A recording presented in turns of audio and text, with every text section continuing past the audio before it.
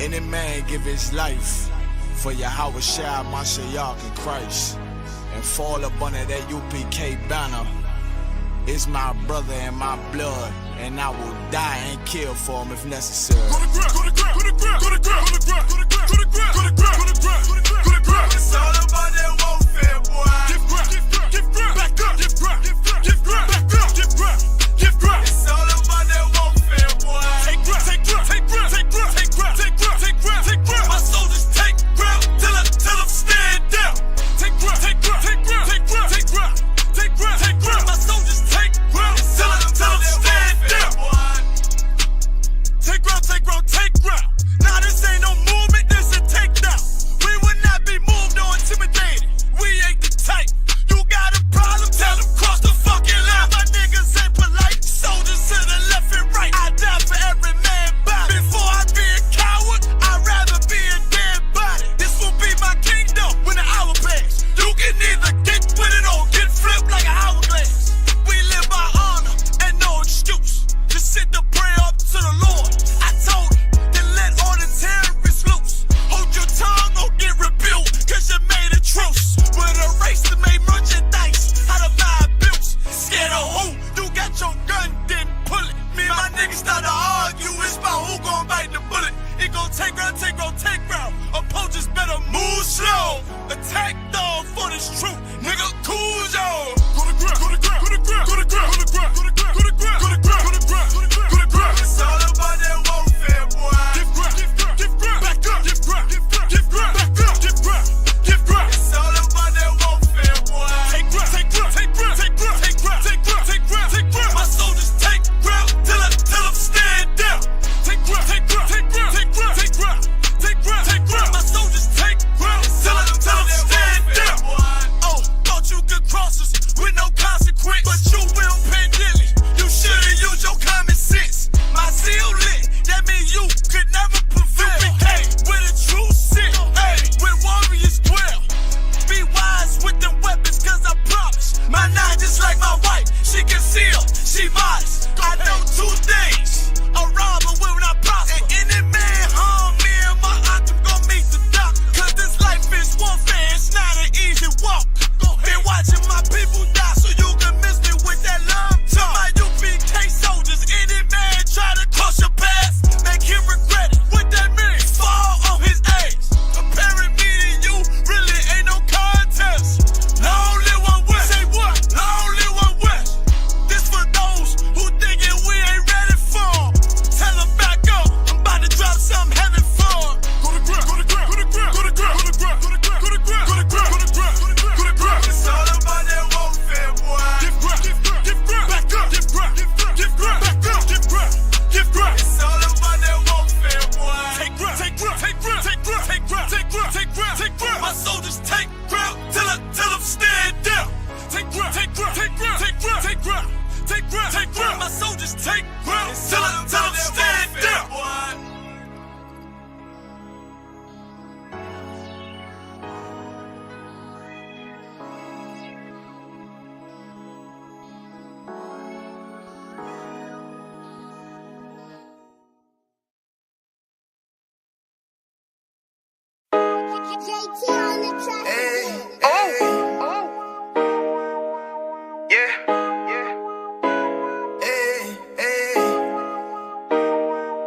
You boy, you know what time it is, nigga. Better watch how you step in, yeah. But that was my nigga.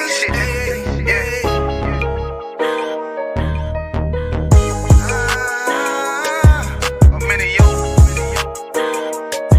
Got my nigga Rewan with me. But that was my niggas, it'll be an honor. You know what I'm saying?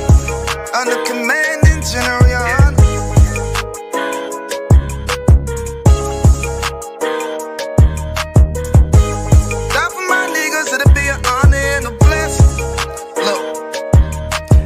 Straight off the top, I love all of my niggas. That shit ain't gon' stop till we on top and we ballin', my nigga. We be fly as fuck, you know them bitches be stalking my niggas. That shit'll never change and it's the same with all my niggas. City to city, I should be at home, that's what my ribs say.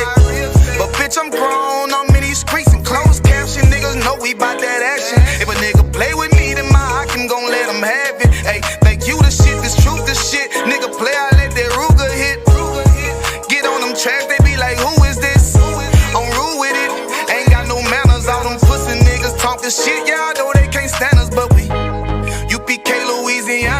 that's what I'm ripping. And my niggas solid, number real ones in my section. If you wanna get down, put your boots on, start stepping. Brotherhood is a weapon.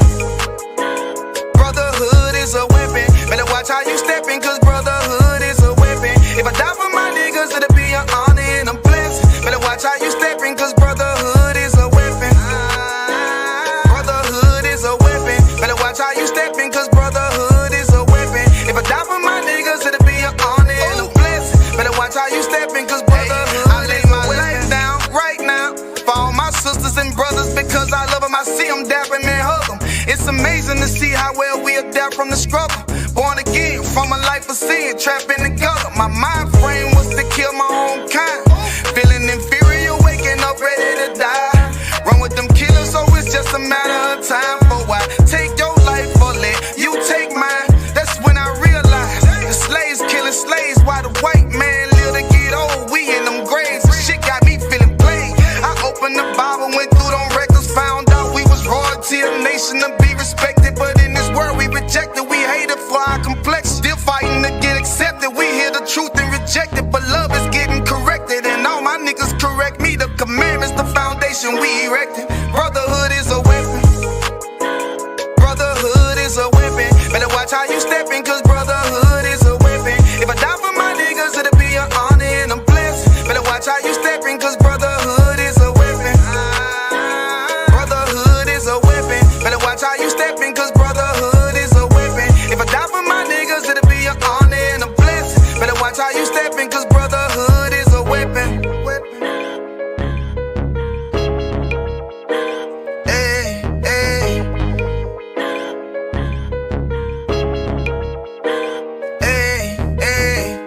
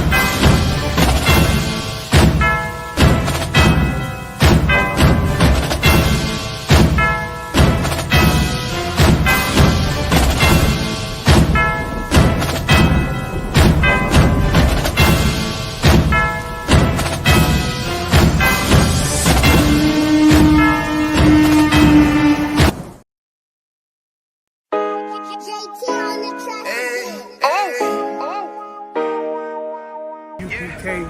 We out here in Baltimore, you know what I mean? We was having an amazing food and clothing drive out here, feeding the people, clothing the people, and staying, getting love from the brothers and sisters out here. But that was my niggas. Yeah.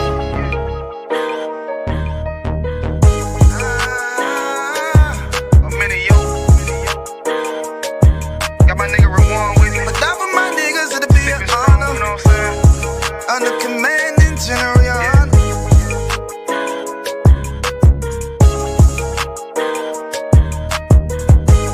Die for my niggas, it'll be an honor and a blessing.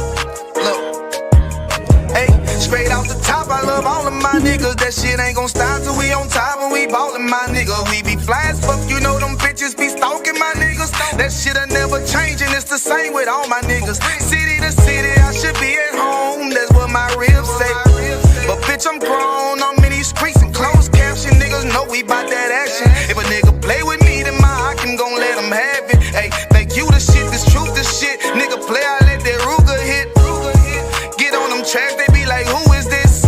I'm rude with it, ain't got no manners. All them pussy niggas talkin' shit, yeah, I know they can't stand us, but we U.P.K, Louisiana, bitch, that's what I'm rippin'. And my niggas solid, number real ones in my section. If you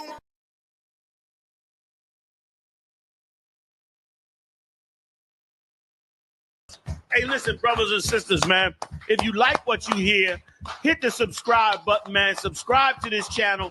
And also, please, go to ISUPK.com and pay your tithe drop me some cash so we can move around this planet like we need to, man, and do the things we need to do.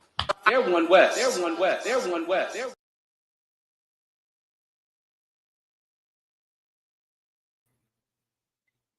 All right, let's clap it up. Shalom, DC, with the Israelite School of Universal Practical Knowledge, started at 1 West, 125th Street, New York, under Commander General Yahanna. Since 1969, we've been teaching the truth of the Bible, and the truth is that the so-called blacks, Hispanics, and Native Indians are the true Jews, and that the white man is the devil that the Bible speaks of. We're not affiliated with any other Christian church or Hebrew Israelite group. 1 West is home of the truth. It's not under Commander General Yahanna. It's not the truth. If anybody has any questions, comments, or concerns, go ahead and type it in the chat. I'm President Officer of 1000 Bakwashi. I'm holding it down for Captain Shock. Captain Shock will be down here momentarily. If anybody has any questions, go ahead and type that in the chat. We're going to save them for Cap. You know what I'm saying? If anybody has any questions about the Bible or how we supposed to live our lives, you know what I'm saying? Anybody got any questions? You know what I'm saying? On how things are supposed to be versus what we've been taught. Go ahead, type it in the chat. And if you want to, dial the, you want to call in, that's no sweat too. We got a phone number as well. But you have something, Shapat? Oh, God, sir. Numbers 1 and 15 when you talk about fringes and all that. Is anything saying that we don't have to wear them every day, all day, and it's more of a saying this so like we don't have to walk around with them on the bottom of our t-shirt all day, every day. Well, first of all, it's not going to be on the bottom of our t-shirt because the scripture says, put fringes on the borders of your garment, and that's an undergarment. You know what I'm saying? Just like you have on, you have on some drawers, you have some socks on. You gonna put fringes on your drawers and socks as well? Hit me with you're stupid. You're stupid. You putting fringes on the bottom. You putting not even fringes. I'm gonna call them curtain tassels. You putting curtain tassels on the bottom of your shirts. You're wrong, and you're learning from even stupider people. You know what I'm saying? The Christian church is stupid. Even if they call themselves Israelite, they're still the Christian church. You know what I'm saying? Now, as far as wearing fringes wherever, it's meant to be on our garment when we are at work. And what do I mean when we're at work? I'm not talking about doing slavery. Right here, this is work. You know what I'm saying? I'm beginning teaching a class. I'm teaching my people how to live life according to how the way the Most High God told us how to do it. Right? I will wear fringes. You know what I'm saying? During the Sabbath service, I will wear fringes. When we go out to camp, I will wear fringes. During the High Holy Day, I will wear fringes. If I'm going to see the new Superman movie, I don't have to wear fringes. I'm just going to see a movie. You know what I'm saying? if I'm going out to get my car washed, I don't have to wear fringes. I'm just going to get my car washed. Now, if I want to do that, there's no law saying that you can't do that. You know what I'm saying? But what we use the fringe, we have the fringes on is when we're doing a job, and the purpose of the fringes is so it can remind us, you know what I'm saying, the law.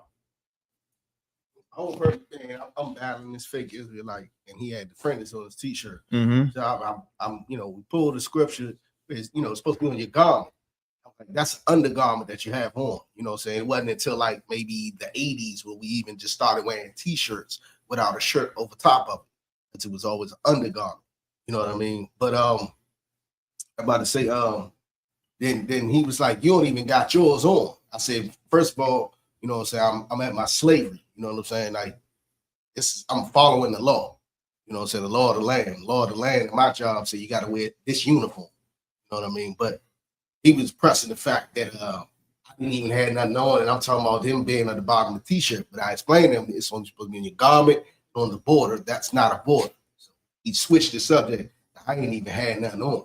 You know okay, no sweat. Well, we'll switch the subject to just because you got your fringes on, does that mean you can rape a 12-year-old girl? Or how about have relations with men? You know what I'm saying? Because his organization, it doesn't matter what organization he's in, they either deal with little girls or they deal with men. They deal with other men's women. Does that stop them from because the purpose of the fringes is to stop you, to remind you of the law. Does it stop them from reminding them of breaking the law? I don't think so. Like just that, you know, I in so many ways I did that because I ain't gonna say what my slavery is, but he didn't pay for the services of my slavery. Oh, so he was stealing. I say, so did you pay? He just started laughing. What you laughing at? I asked a serious question. Right. No, he was exiting. I couldn't follow him. No, I know what you say. I know what you mean, but yeah, he's laughing. I ain't laughing. I'm asking you a question. Did he say what group he was in? He just had on a solid black shirt, nothing on it with the fringes at about.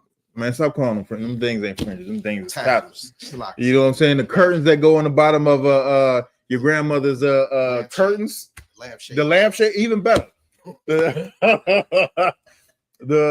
things that go on the bottom of your grandmother's lampshades. That's what he has on his shirt.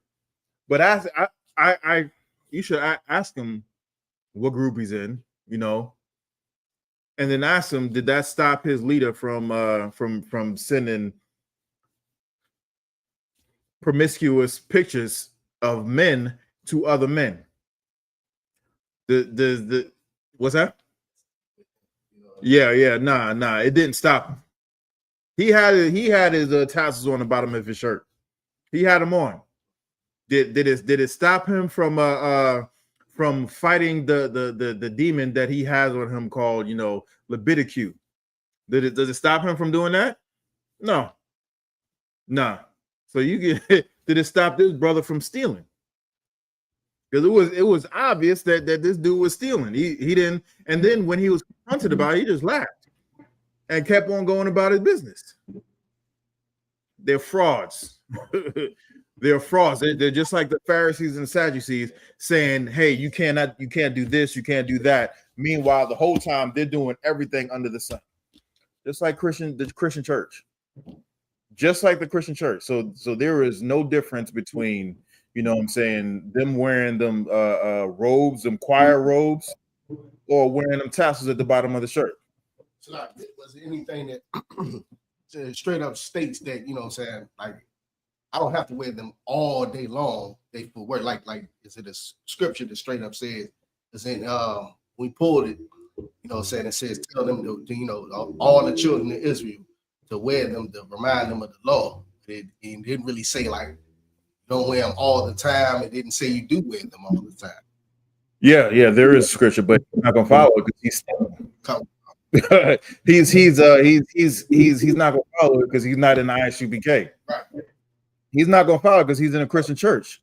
You know what I'm saying? So why bother? Tell him to stop stealing. You know what I'm saying? Tell him to stop following a pizza file. You know what I'm saying? Tell him to stop following homosexuals. You have some? It's like too. Precept. If I made a paraphrase, I would bring to them.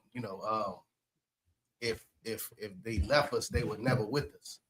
You know what I'm saying? Yeah. All of them came from I.S.U.P.K. from a break off. Mm-hmm. That's even worse. So they all like third generation break off. You know what I mean? Once upon a time, you know what I'm saying? I know people may not understand what I'm about to say, but once upon a time, especially in the hood, we used to watch movies even before it came out. And it was called bootlegs. And when we would watch them things would be dubbed from dub. You know what I'm saying? And sometimes the audio will be out of sync and it will be all blurry, but it'll be obvious that this is not the real thing. That's these fake Israelites. And with that, I pass the class over to Priest and Captain Michelle Mayon.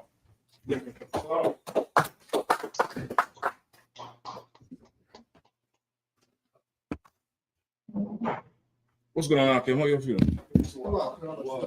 Nobody. What were you dealing with? What you was dealing with? I had a question on is there a scripture that says you don't have to wear fringes every single day? Where's the root of the question coming from? Fuck him. Wear fringes when you want, nigga. Who the fuck does that even matter? Trump just met with the president of fucking Bahrain. Ask the fake Israelite if he could spell Bahrain or if he even know where it is. Just ask him. You asking me about fringes. These niggas is arming up. You sneaking around buying extended clips and trying to figure out how you could get your AK to fire automatic. They go into full-out war. You battling me about wearing fringes every day. Nigga, wear them whenever you want. Wear them when you're fucking. Sew it on the condom. Sew it on the rubbers. I don't know. What you want to do is you don't entertain bullshit. If you're serious about the fishing, you're wasting time on them. You're absolutely wasting time on them. There's somebody right now contemplating about blowing their brains out. You need to find him. Stop slapboxing. That's what you're doing with them. You ever see old niggas? Hold on, my knee, man. You know my. All right, let's go. I'm fuck you up now. That's what you're doing. Go find a nigga that need your help. Go find a nigga that you could show he's an Israelite, and he'll follow you wherever. He'll be like, you need anything? You need to run to the store. He'll value everything that comes from your mouth. Don't waste your time with a nigga who he's not gonna pay. Does he pay tithes? He believes in tithes as money? No. I could put my head on a block. He doesn't. I could put my head on a block. Tithes is corn, and he ain't even bring any damn corn with fringes on his t-shirt. You get the point? He ain't even bring any goddamn corn out. He don't care. He don't care about it. We're talking about some Negro who's comfortable in America. That's what fake Israelites are. They're comfortable here. They're absolutely comfortable. They don't want no change. They don't want no smoke either. They don't want no smoke from, the Muslims, the skinheads, the Scientologists, nobody. They don't want no smoke from that woman in the house. That's why they get to wear fringes on the t-shirt. So abroad, they know that shit is soft. They know that shit is like a hem on a fucking skirt. And that means that they're one of them. They like the same. You get the point? I wouldn't battle none of that shit out. Just forget that shit. Like, you show him, okay, you don't have to wear fringes everywhere. Now what? Is he going to come in the truth? What do you think? So then the battle is just for you at this point. It's for your experience, which is fine. That's Torah. But then when you put all them hours in, shadow boxing and slap boxing, you still had to lift the crates of camera after you done shadow box all week. You need to find the dude who wants to come to lift the crates for you. You want to find the brother that you could show him how to solve his problems, and he wants to read for you. Not some, weed smoking, chimney face, cigarette smoking nigga who you got to wear fringes everywhere, brother. You see, I don't. That's why I can't get to your camp bangers, man. Something, and he just wants to remain here. You want to find a nigga who want to come read for you, so we could get the fuck out this place, right? So we could get up out of here. The same nigga. Let me guess. Does he agree the Latinos are Israelites? It was because Shapat, that's where you're supposed to be hitting them out. Part of the slap boxing is to connect some slaps and all that. And let's connect. Let's see if the Latinos are Israelites. Let's see if what he feel about tithes. Go ahead. Which is something you should pay all the time. Okay. Whether you have clothes on or not, whether you have fringes on or not. You get the point? Go ahead. Go, cause so my slave, it was a quick, quick little battle. No sweat. But one thing I do know, I was telling off the Quasha, he didn't even pay for the services of my slave. So I cut him right there. And he tried to hurry up and leave. What do you mean? You know what I do. Right. He didn't pay. Okay, I mean, that's neither here nor there. That part is neither here nor there. Right? What you want to do now is you want to treat your time like an investment. You want to treat it like it's very important. And it has to matter. It has to, It has to resonate, or it has to repay you. It should repay you. And with that, and that's for every brother and sister. With that, once you start to look at your time like that, you're going to spend it better. You're going to spend it with more purpose, with more intent. Some things you're just not going to do because it costs too much time. It just, I ain't got time for that thing. This thing, it costs too much time. I ain't got time for that. This is a waste of my time. You start managing your time better. It makes you more productive because you want your time to count for something. Now, if I tell you the truth and I'm laying it out to you and you're not hearing, I could spend a little bit more time with you. 2-3 times. The Bible say what, warn them once and twice, and I'm probably paraphrasing it wrong. Whoever know what I'm talking about, let me just find it for me and tell me where it is. It was like you could tell them once and twice, and after that, don't even worry about it. You get the point? Don't even worry about it. Now, if this is somebody who is, for want of a better expression, hard-headed, but not hard-headed like how a Christian would be, or a fake Israelite who's all Christians at the end of the day. That's another thing too. Don't treat fake Israelites any different than you would treat a Christian. You get the point? Would you spend that much time battling a Christian if you know there was a Christian? You like cutting them. Well, cut the fake Israelite. You're making a distinction with the two of them because some way, and this is not a fault or a stab at you or anything, but it's natural for anybody to look for something similar to them. Kids, when they go to a new school, try to look for the same person to talk to. So it's natural for you to look at some old shalawami type nigga and think, okay, we have something in common. We're not the same, but we could relate. Nigga, you relate to what? You a Christian, same way. He didn't want to hear you cutting, fucking, whatever. You get the point? But I do know there's a brother right now facing parole, trying to come home before Thanksgiving. And he's on the internet, on TikTok or scrolling reels on some phone he ain't supposed to have.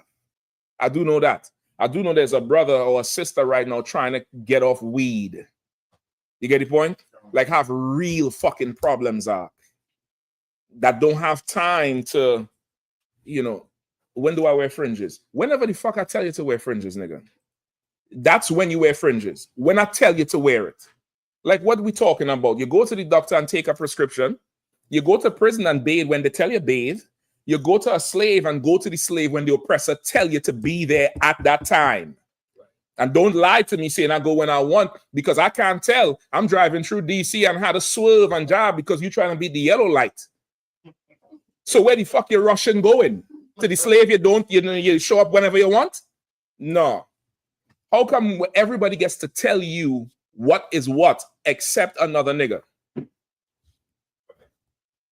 I'm probably not the best person for fishing because I'm Shepard. So like, you might want to ask another person now. Fucking Mark. There's people who really need the help. There's people who really just totally lost and going through mental breakdowns because this world is not making sense to them. And they need your voice to be like, damn, that's why this was this way. So what about this? And what about that? You know what you're supposed to be asking them? What to do with somebody who they won't stop calling you? That should be the question. Go look for them. Find them. Don't waste no time on some old proud nigga who he just enjoy talking to you because he see you on YouTube. He just said you think he don't know who the fuck you are. He enjoys talking to you because, oh, that's one of them UPK niggas. Yeah, guess what, man? I talked to them UPK niggas today, man. I had him on the ropes. We was going back and forth. That's what you're giving him. That's what you're giving him, man. You go to your slave, do the slave. Because when you're on the slave, when you're at camp, Salakia, when you're at camp, your supervisor cannot come to that table and ask you shit about the slavery. Me, myself, I wouldn't allow it. I know Kazak ain't gonna allow it either. He gonna tell that nigga on Monday. So when you're on the slave, do the slave.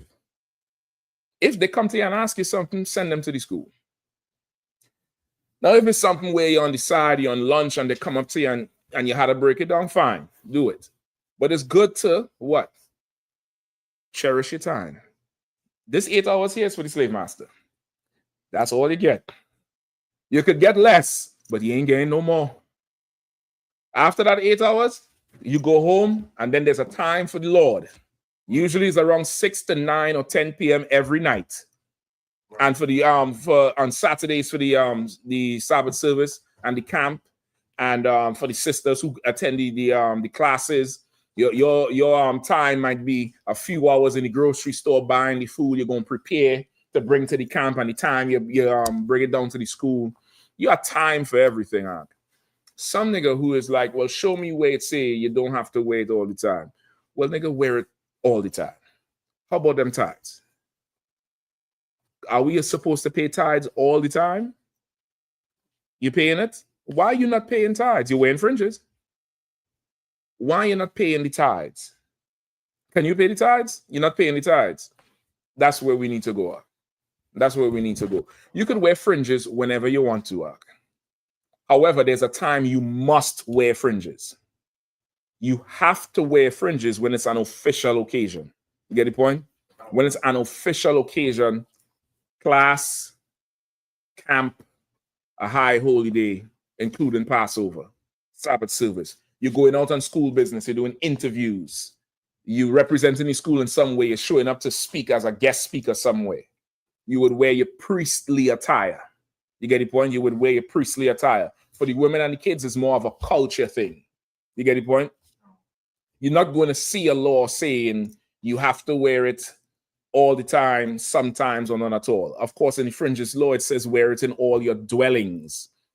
That could be interpreted as all the time, but in all your dwellings, meaning wherever you end up living, where you dwell is where you live, where you stay.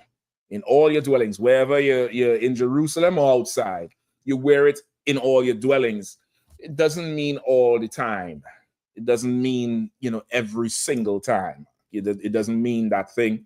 This is more official. Just like America's Constitution doesn't tell them to wear a suit and a tie. But that's part of their culture. The fringes is a law, but it's also part of our culture. So we wear it culturally. We don't wear it, on an end of a t-shirt, which is just, a t-shirt is underwear. Really, when you look at it, it's an undergarment. There's t-shirts you wear over, but a t-shirt was originally an undergarment. A garment would be a shirt, like the button-up shirts, like what you all wear, or a jacket, or an ephod. That's a proper garment. Wearing fringes on a t-shirt is like wearing fringes on your drawers or your vest, because a t-shirt is really an undergarment. It's something you might work out in, or you wear under your button-up shirt, or even them devils who wear the suit and tie. They wear a more fitted t-shirt underneath. You get the point? Some kind of, t-shirt under it, or the wife beater, or the vest or something. You get the point? They would wear something like that. That's where your fringes would be. But as far as, should you wear fringes all the time, you got to examine where it's coming from. You get the point? And somebody like that, brother, is absolutely comfortable in America. Absolutely comfortable in this place, and really battling them on something is just really irrelevant and of no consequence. There's no gain. There's no gain to you opening your mouth. Imagine you were selling burgers or hot dogs, and each hot dog is a battle. You just made hot dogs and nobody ain't eating this shit. Or he done ate the hot dogs and he ain't paying for it. You get the point? Like it damn near it's like that. You don't want to open your mouth to answer everybody out. Listen, Christ didn't answer everybody. So who the hell's you? Well, you the best teacher in the world, you had to answer every single question. The scriptures say be apt to teach. Be prepared to teach at all times. It didn't say teach at all times. It said be prepared to teach at all times. You get the point? Make sure you're prepared. But at the same time, you don't have to entertain a fool. You definitely don't have to entertain a fool. Who have anybody found the one I was talking about? You have anybody online? A warrior Mokazak? Trinidad and yeah, also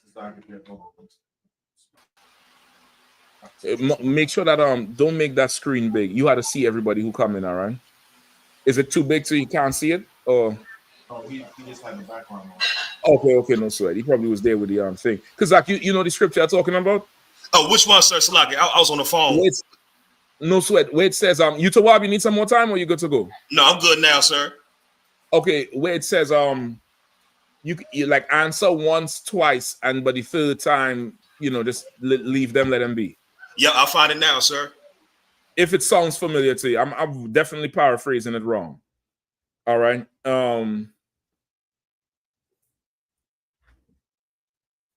Also give me the precept shapat with the fringes. If do you have it?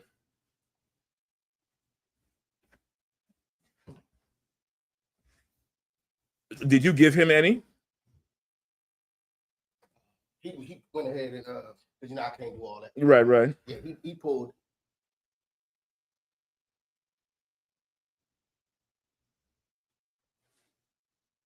Numbers. Let's pull it, find whatever it is, all right. Leviathan, give me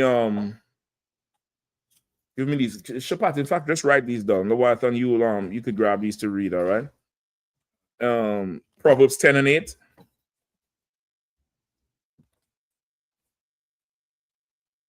Proverbs 10 and 23.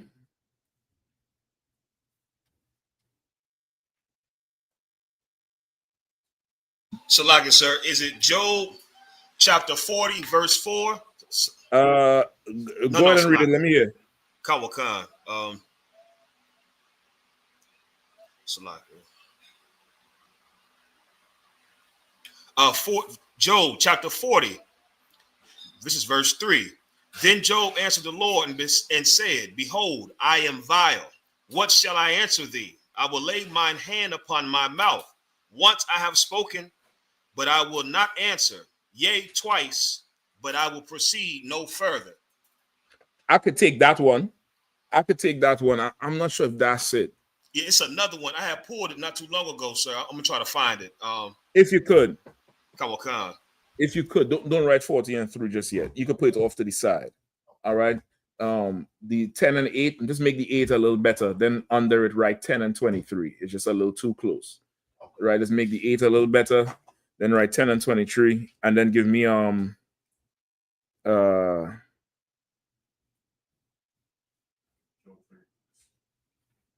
what do you have? War says Job 33 and 14. God speaks twice. Once, twice, yet man perceive not. I could take that one. What's that? Job 33 and 14. Job 33 and 14 on the side. All right. 1 second. Give me Proverbs 18 and 2. Proverbs 18 and 6. And Proverbs 24 and 7. All right. Go ahead. And also, Catman said Matthew 10 and 14. Catman said Matthew 10 and 14. Matthew 10. Matthew what? Matthew 10 and 14. I'll take that too. Put that under Job. Matthew 10 and what? 10 and 14. 10 and 14. Under Job. Matthew 10 and 14.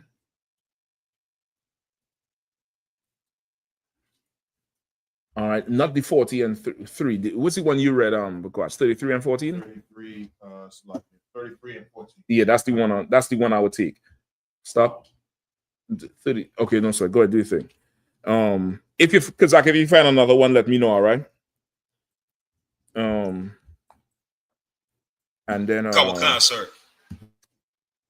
Hold up. Boom. Did I call for another one? I think I had another one in my mind. Okay. What do you have? 18 and 22. I think I said, yeah, I think I said 3 in Proverbs, right? Or 4. No, I think I said 4 in Proverbs. Okay. 18, hold on. 18 and 6.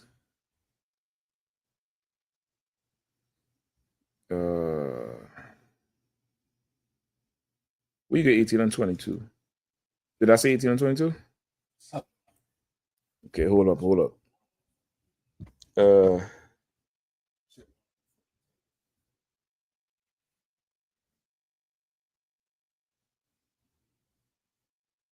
What's the first one? 10 and 8? 10, 23, 18, something. 10 and 23, right. Then what? 18 and 22? Hold on. Let's know.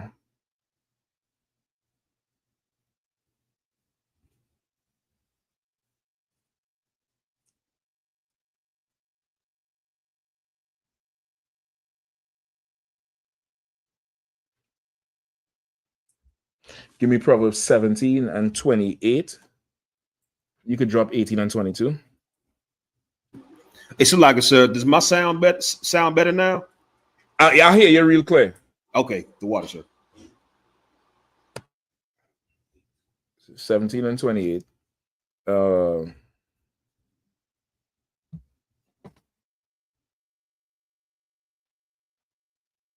think it's 18 and 2, and then 18 and 6. And then the other one, the last one is Proverbs 24 and 7, real quick, all right? Not 24 and 7. Yeah, 24 and 7. That's the last one for that. Are we good with that? All right, Bukwash, read Job again. This is Job chapter 33 and verse 14. For God speaketh once, yea, twice, yet man perceiveth it not. Right, for the Lord speaketh, you have it there, 24/7, 18, 2 and 6. So what? Yep, that's it. Right, read it one more time, Salaki. Job 33 and 14. For God speaketh once, yea, twice, yet man perceiveth it not. Right, for the Lord speaketh once, yea, twice, but man perceiveth not. Meaning, the Lord gonna tell you it one time, he gonna tell you it again. And it doesn't literally mean 2 times. It just means he gonna say it more than once, but he ain't gonna keep saying it.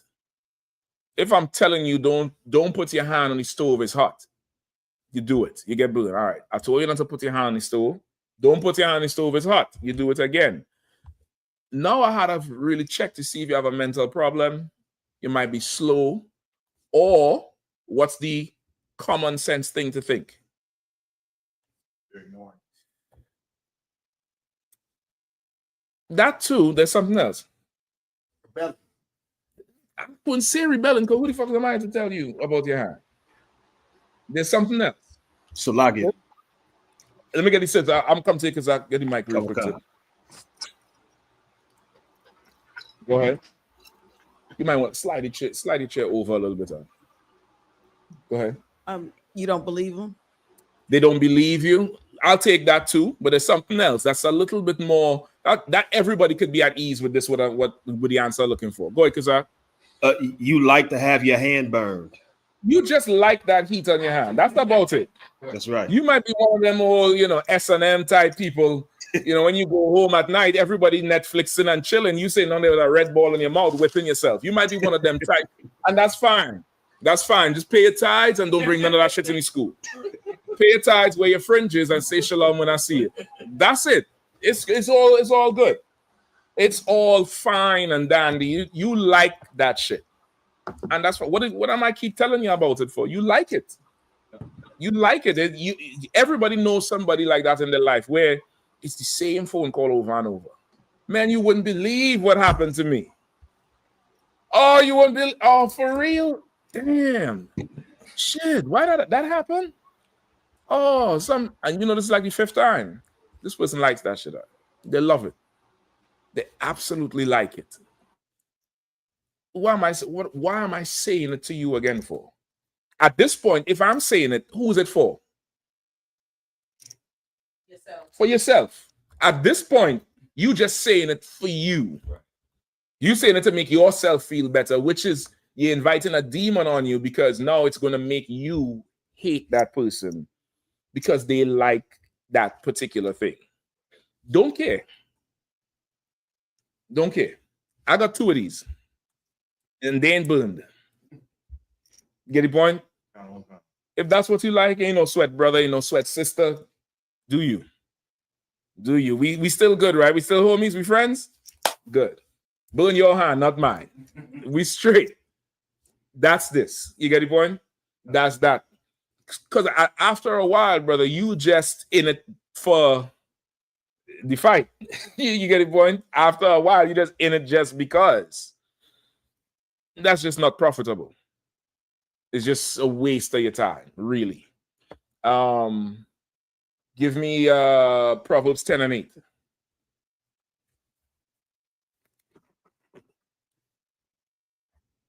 Proverbs chapter 10, verse 8. Mm-hmm. The wise in heart will receive commandments, but a prating fool shall fall. Mm-hmm. Read it one more time. The wise in heart will receive commandments, but a prating fool shall fall. It might be prating. That might be an accent thing. Y'all could check the pronunciation on that. I think it's prating. It might be prating. Right? Who knows what it means? Who knows what the scripture is saying?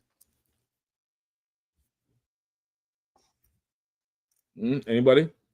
Read one more time, please. The wise in heart will receive commandments, but a prating fool shall fall. But a prating fool shall fall. Let's see. Prating. Let me see. Hold on. If you're not sure what prating or prating is. Prate. So prating. You was right. Prating. Right? I got the definition, sir. Go ahead.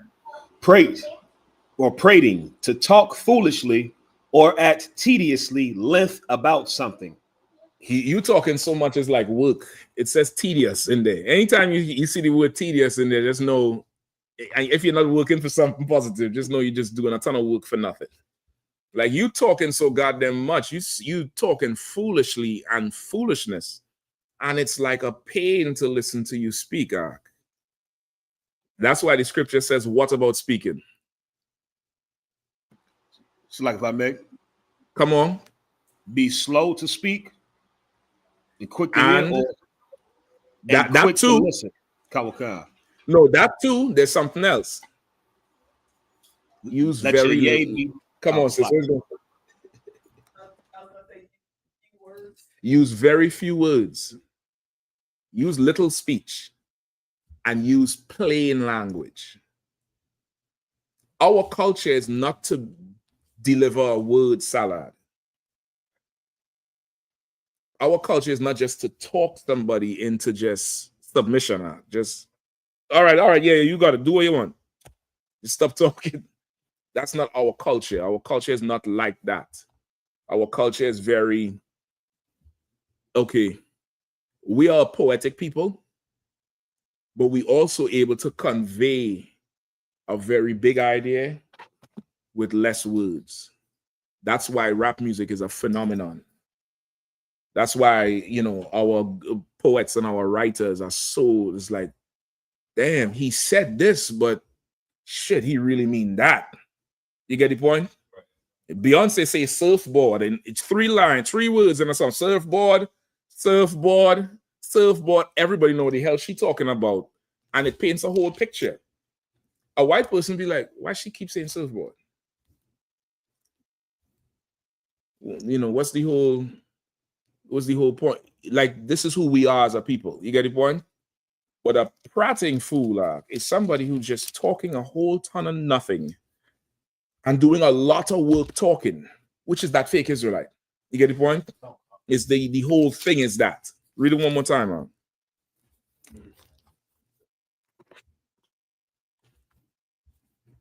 The wise in heart will receive commandments. Somebody who is wise will receive a commandment. They will receive what you're saying. They'll be able to hear it. Even if they don't understand it, they'll be like, you know what? Let me check that out, man. Let me check this out. Somebody ain't going to just start to argue you down unless they know better. And when it comes to this Bible, who knows better? Like, really, Christians is just absolutely horrible. I just seen today in Maryland, they celebrate Christmas in July in some mall. The white man just put Santa in a fucking Hawaiian topper, and they celebrating Christmas in July because they want a special day for the kids. I'm like, well, this should surely ain't got nothing to do with Christ in this thing. Christ ain't got nothing to do with nothing. Who knows more about the Bible than us? So now, if this is this, you're just gonna start arguing like you had to come with something that's correct, or you just a prating fool. So a wise person would receive the commandments of the Lord. Go ahead. Come on, Ragash. Let's lock it, Cap. So is that like saying like a hard head would basically make a soft bottom? No, because you ain't beating nobody. Okay. You ain't beating nobody. Which part you asking about though, Salakia? I was talking about the part where it says, but a prating fool shall fall. A prating fool, meaning somebody who mean that, okay, in a way, yes. But this is not talking about a hard head. Somebody who can't get it will feel. This is not talking about a hard head, because a hard head, because you don't understand, don't make you a prating fool. You get the point? You just may not understand things just yet. You may not be ready to understand things. Part of understanding is submitting. I'm gonna just tell you straight up and down. If you ain't, nigga, who the fuck is you to tell me anything? This person could drop on you how to stay young forever. You just 24, 20, whatever's the prime age, everybody just say, I wish I was 23, 24 again. Whatever's your prime age, just in your head. Imagine somebody would come to you and say, this is the formula to go back to that and stay like that forever. And you'll still have all your wisdom. So you're going to be, early 20s. So your prime might be 18. I don't know. You might be there and you'll have all your wisdom and you'll be able to dominate and do whatever. But if in your mind, this motherfucker can't tell me shit, I ain't listening to shit they say. If that's your stance already, you ain't going to understand what they're saying. As they begin to talk, something they say is going to sound strange to you, and you'll be like, see, that's why I can't listen to this fool. And they're going to keep talking, and you would have missed everything because you're looking for the reason to not listen to nobody. Part of understanding is yielding. You get the point? Part of it is yielding. You see it a lot when people come into the truth. You might be teaching a class, and they ain't getting it, and you think it's you. It's not you, brother. It's not you. It's just them. And we've all been there. We've all been, what the fuck they saying? Man, I know what it was for me. You tell me Christ was here 5 times. I was like, 5 times. Like, what do you do? How? I couldn't get it. And I had to come back and get it. You get the point? I had to come. I'd be like, hold on. They don't taught me Christ is black with the Jews is black. Let me go back and really try to get it. You know, when you really see it when there's an argument between a man and a woman, the brother gonna say something. Turkey neck, start to snap fingers. He said the same thing again. See, that's all you said. I said, he said the same thing again. Then she goes and repeats what he says to somebody else. And they say, well, that's what he was saying.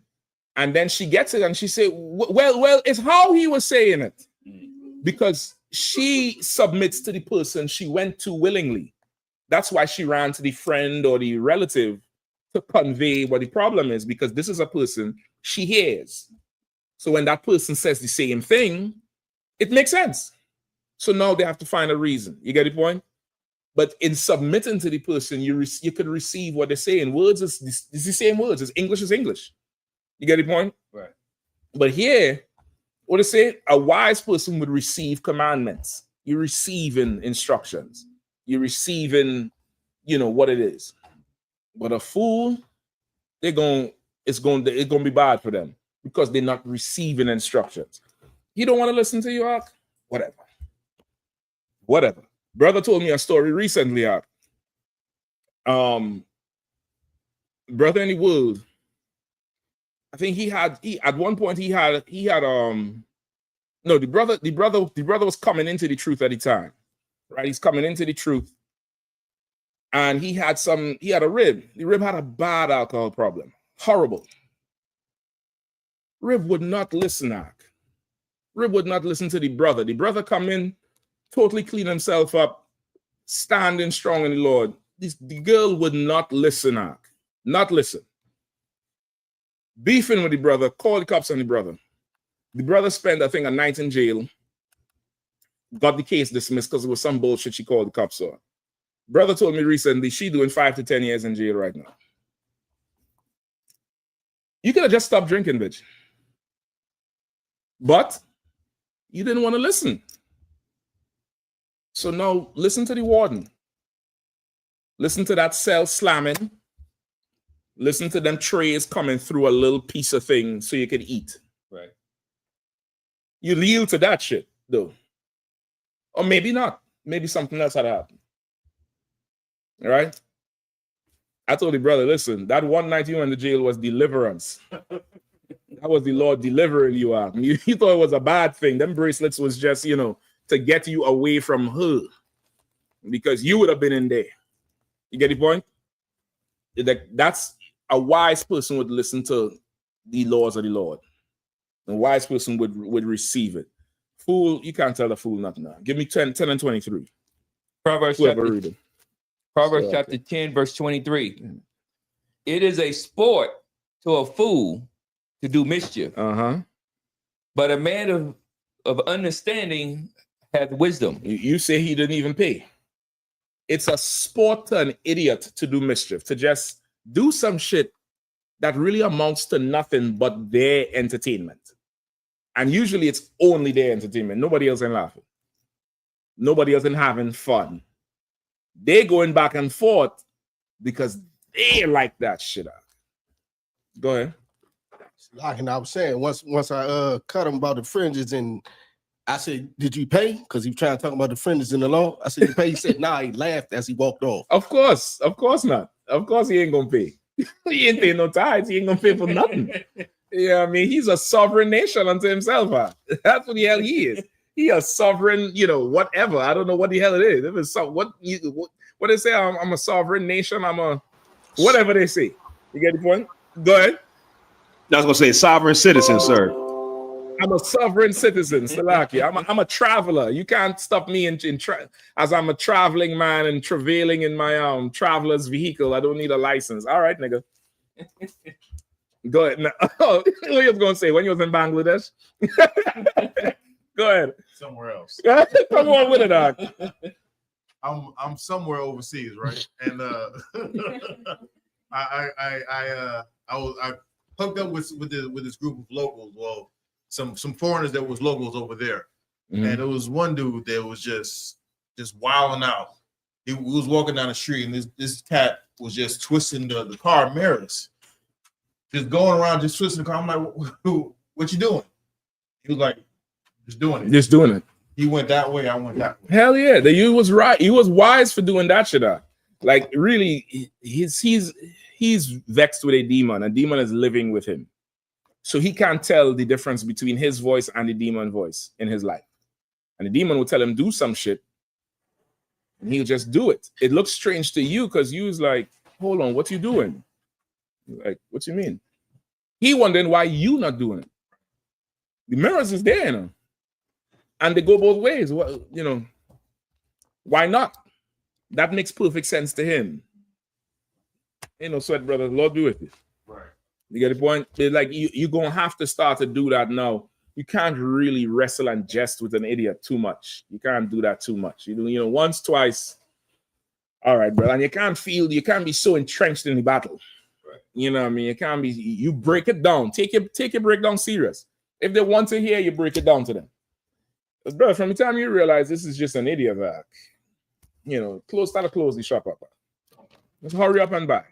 You turn into Moab overnight with them. Where we at now? Proverbs 10:23. 23. Give me 17 and 28. Sorry, so whenever you get a chance, there's a few questions online. On topic or something else?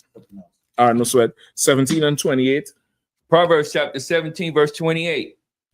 Even a fool, when he holding his peace, is counted wise. Say it one more time.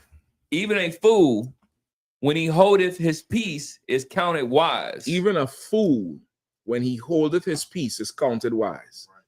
Right. Like we wouldn't be talking about this fool if he had just shut his mouth, go through the doors, get what the hell he wants, and leave. we won't even be talking about it. But he's an absolute fool. Go ahead. And he that shutteth his lips is esteemed a man of understanding. And he that remains silent is esteemed. What does esteemed mean? Looked at. Like how somebody perceives you.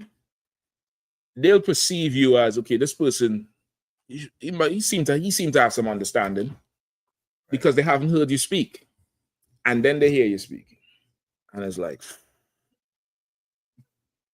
can't believe this person. You know who this happens with a lot of celebrities? You like the movies, you like the music, you know, you like how they play sports, and then you hear an interview, and it's like, oh my God. That happened to me with Buju Banton. Oh my goodness, brother. Couldn't believe it. Saw an interview with Buju Banton after he came out of prison. And I was blown away. I couldn't fucking believe it. Same thing with Beanie Man now. How he is now. I'm like, I can't even listen to music the same, man. So like, it's just not, I can't do it anymore because you done let me know about you. Just saying, nigga. Just, you know, just, I don't know. But you it's better you just hold your peace. Not you. I'm coming to you. It's better to just hold your peace than to, you know, say something and now everybody know you're stupid based on what you say. And it's not asking a question. Asking a question is never stupid. You could get a piece of, you could get a paper towel for that. You want to hold your shirt because you don't have an undershirt, all right? It's not appropriate for class. You need a paper towel or something? You good to go? All right, no sweat. So it's better. You could ask any question, even if you think it's a silly question. It's fine. It's a question. You need clarity. When you open your mouth to make a statement, you know, again, for you to use less words and be effective, what must happen? Must be wise.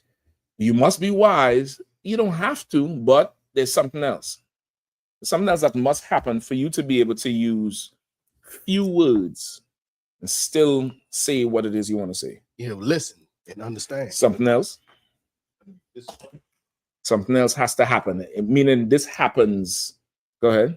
You have to submit. No, you talking. You about to say something. And keeping in what the Bible say, using few words. Using words that's plain to understand. You're not trying to sound like, you know, Creflo. Using few words and plain language. The Bible say we use great plainness of speech. We use words everybody know. And few words. What must happen in order for you to do that?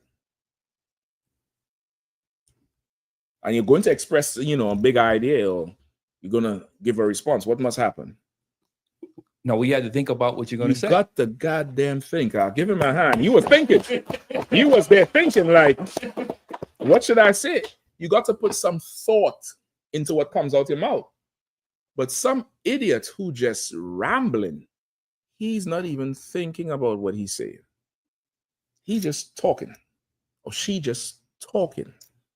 And it's like, and the person who's listening to you is going to wait until you finish, drop a deuce from your mouth. But that's what the hell you're doing. And after that, they'll ask you a question and you'll start to think, hold on, did I say that? You don't even know what the hell you said because you was just running your goddamn mouth. Go ahead. Our Roger said just like and in Living Color, Damon Wayne's character when he was in prison, he was just talking, my brother, this is what you got to do. And the scene would hold change and he's still talking. Yeah, that's an idiot talk. That's an idiot, brother. You know what I mean? Shabbat, you had your hand up. You was going to say something else? All right, no sweat. Where we at? 18 and 2. Give me 18 and 2. Proverbs chapter 18, verse 2. A fool hath no delight in understanding. Say it again. A fool has no delight in understanding. That fake Israelite that? Or that Christian who came up to you and asked about fringes? He was not seeking the truth about fringes.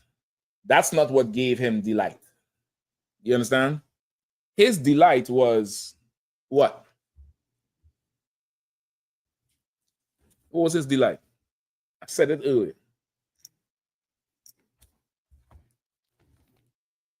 What was his delight?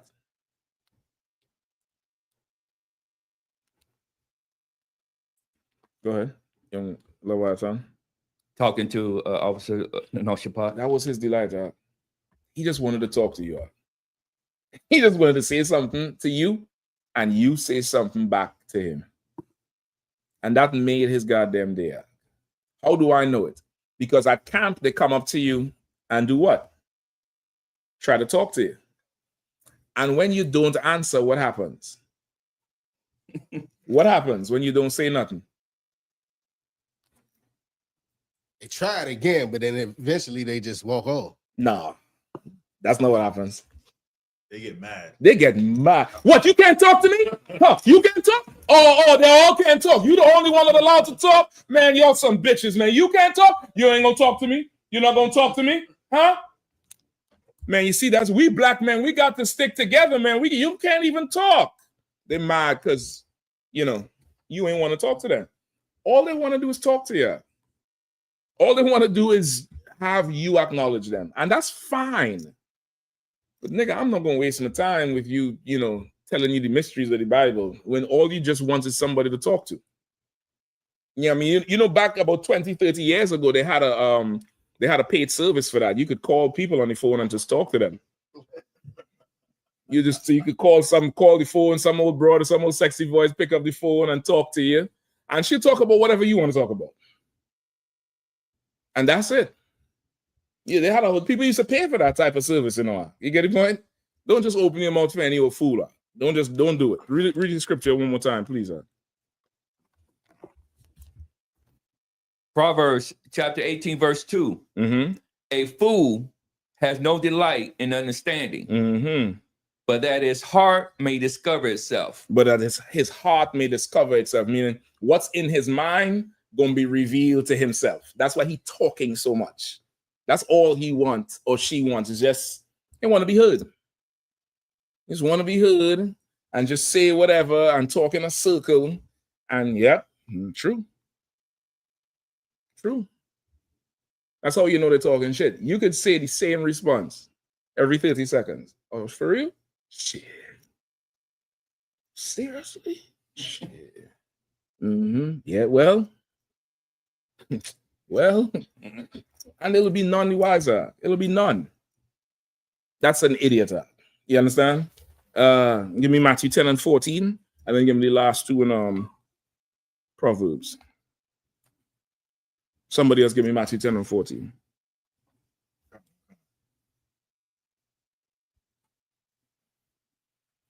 Quickly.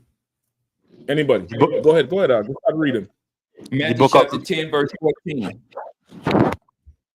The brother have it over here. Go ahead. And whosoever shall not receive you, nor hear your words, when you depart out of that house or city, shake off the dust of your feet. Right. In other words, how Judah say it? What's the Judite word to say? What's the Judite way of saying this? No, something else. Dirt off your shoulder. Read one more time. And whosoever shall not receive you, Mm-hmm. nor hear your words, when you depart out of that house or city, shake off the dust of your feet. Judah say it all the time. Maybe not the modern Judites. I don't know. But the first time I heard it was that was I don't know what the hell you was saying. I was like, who the hell would willingly do that shit? Go ahead, sis. Don't let the door hit you on the way out. Okay. Okay. It's expressing the same sentiment, but it's not that. Judah has a specific saying. Who got it? So I got two of them, sir. They kind of come on with it. They kind of dated a little bit, but I know he's just saying, get the dirt off your shoulder, or shake the dust off, or shaking the haters off, I guess. Okay, that expresses the same thing, but there's something else. Because I said that same thing with the dust off the shoulder. It said, read it one more time. And whosoever shall not receive you, nor hear your words. Right. This is talking about when Christ was sending the disciples out. Yeah, remember he sent them into cities. He's saying not everybody gonna listen to you. After you done drop the truth on them, Mark, if they reject the shit, shake the dust of your feet and leave. Right, go ahead. And when you depart out of that house or the city, city, go ahead. shake off the dust of your feet. Shake off the dust of your feet. Right? Shake off the dust of your feet. Somebody over there had the in mind. We'll get another one too, all right? Go ahead. Is it kick rocks? Kick rocks, man. You ever hear July say, man, kick rocks? That's shaking the dust off of your feet. That's how you gonna shake the dust off of your feet. So how are you gonna do it? You're moving your feet. You're kicking rocks out. When the first time I heard that, I'm like, nobody told it to me. I heard somebody say that. let me just say it one time. Right? Somebody say, nah, they carried you, nigga. They carried what?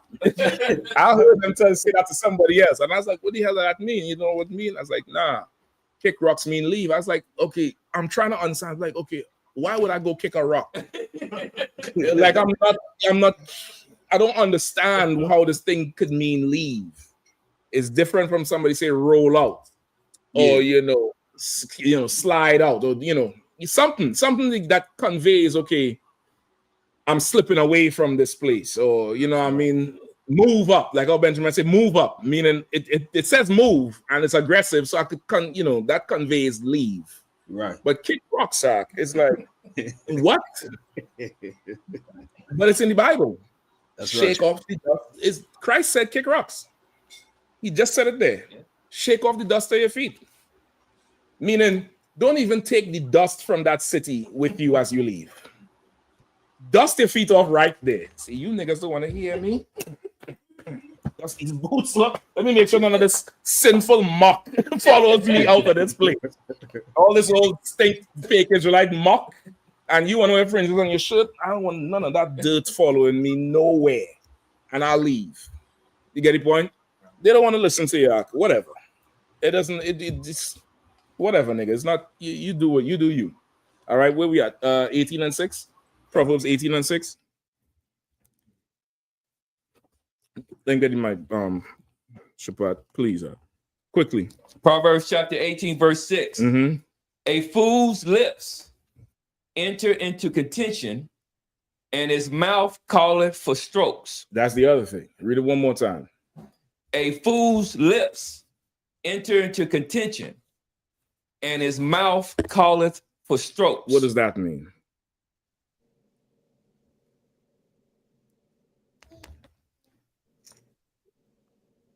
Slag, if I may, sir. Come on. Is this saying a fool is always loves unnecessary arguing, loves strife, and the things that they say, either they directly calling for fighting, or the things that they say it provokes fighting through the unnecessary, their foolish arguing and talk. That's it. A fool's lips enter into contention. Well, show me in the Bible where it says wear fringes all the time. Why? For what? Or show me where it says wear it sometimes. For what? Just wear fringes when you want to, or don't wear none. I don't care. Well, you should care because something, and blah, blah, blah, blah, blah. They really just want an interaction. They want the fight. They want the conflict. And that's all. The life is just boring. And your life looks so exciting. You know what I mean? The brothers in the camp know it, especially when brothers come up to the camp and try to provoke the camp. I'm going to tell you straight up. I.S.U.P.K camp is the wrong camp to try to do it. These men live under extreme, strict situations. They say no to themselves more than yes.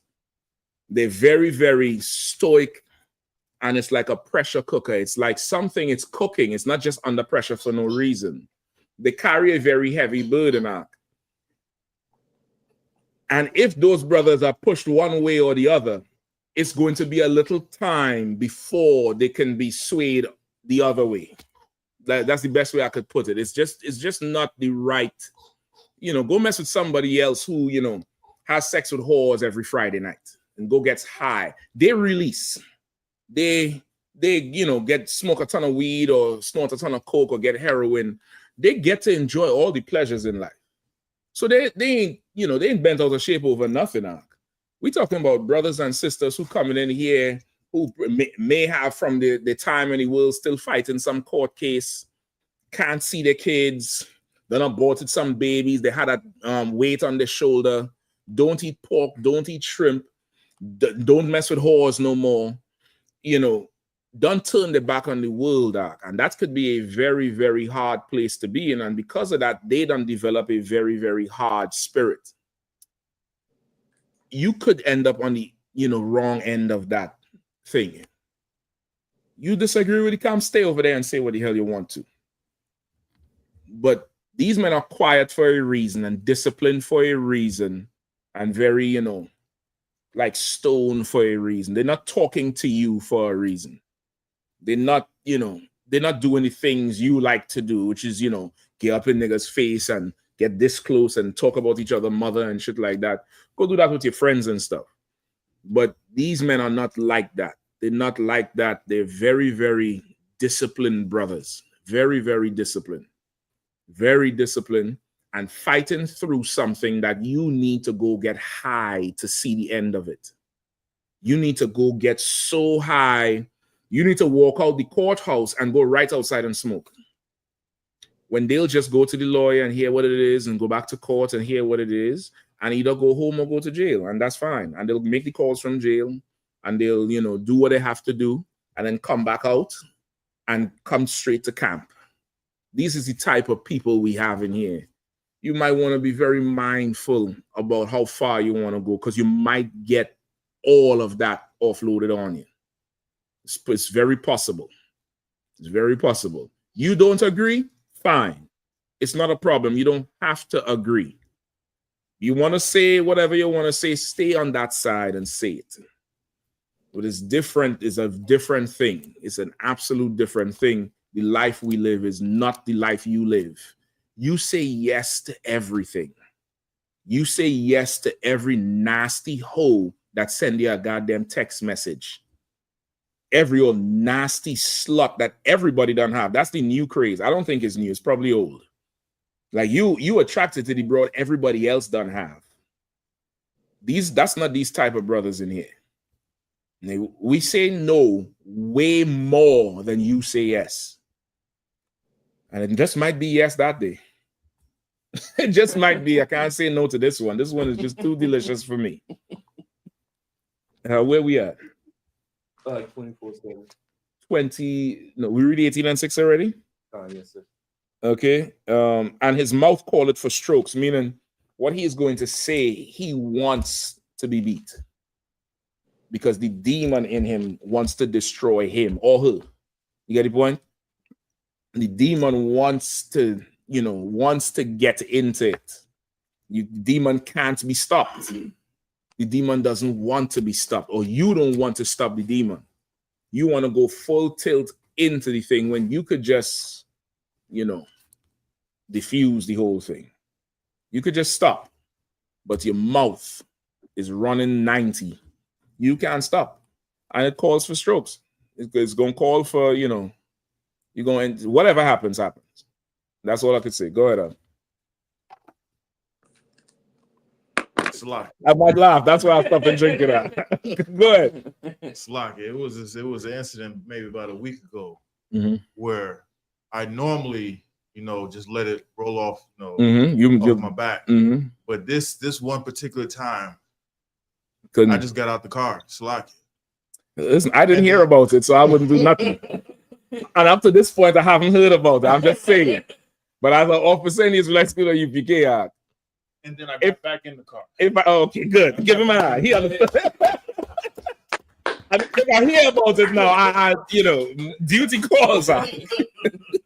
Yeah, I mean, it happens, Zach. It happens from a whole lot. Like our life, it makes us different than this world. Sometimes you could forget that that's how the world is. You know what I mean? You going out, you driving amongst people, you're going out, not out like clubbing, but you're doing your business in the world with people, and you realize just how stupid people are and short-fused people are and just greedy beasts. And it's rough because a rough time is coming. And brother, they are going to kill themselves in the street. They're going to kill themselves in the street when them shelves go dry and there's no more water. They're going to just tear each other apart. There's going to be no mercy. There's going to be, if they're going to fight you for an inch for a yellow light, they'll hit your car. They'll risk a $500 deductible or $250 or how much ever deductible is for a yellow light. What you think they're going to do when there's no meat on the shelf? You understand? Yeah. Our life is not the same as yours. It's not the same. No meat on the shelf, brother. We live that way now. We live a very controlled, a very disciplined, a very on purpose way. We're not spontaneous. You are. You understand? You are. And that's why you're a fool. All right, give me 24:7. Proverbs chapter 24, verse 7. Wisdom is too high for a fool. Read it one more time. Wisdom is too high for a fool. This is probably my top 5 favorite scriptures right here. I remember we had camp in DC with General SHALAM. Get your SHALAM hand, brother. Some idiot come up arguing. I mean, General SHALAM did a textbook clinic breakdown. I mean, the shit was, brothers was taking our shit writing precepts down. That was them days. We didn't have the phones. So you'd pull out your precept book from your pocket and what he said there? And you write it on your question mark you want to ask after to make sure it's the right verse. I done took down horrible verses before I had to go back and find out. And brother, he did this thing and then this idiot just act like he listened and then went all the way off and started going off. Man, he said, this nigga a fool. I wasted my, General SHALAM talk. I done wasted my time. Hey, pass me my bag. Give me that precept book. Turn to the fool scriptures because we dealing with a fool. And I'm like, oh shit, it's gone too far now. Brother, and he pulled this scripture and stayed here for about 5 minutes. What? Wisdom is too high for what? A fool. A fool for about 5 minutes, and won the whole blocker. The brother was still cooking out. He was still, lunching and doing dumb shit, but everybody just realized he's just a fool. And I think it amazed people that the Bible would have that type of language in it. That's what sure people don't really know it. But he said it right here. Wisdom is too high for a fool. Something so simple is just like reaching to the stars for an idiot. And sometimes we know it. We know we idiots when you call for counsel. You ever call for counsel and you lay out this problem?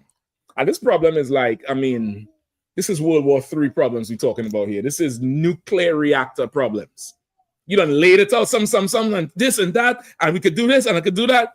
And then the voice on the other line say, well, why don't you just do this? Nah. Yeah, because you said X, Y, Z. You could just do this and that might be it. And it seemed too simple for you. It just seemed like that shit cannot work. This problem is way too big. And lo and behold, that's the solution. This simple thing, that's just, it happens. It happens to people a lot of the times. Sometimes you may have car problems.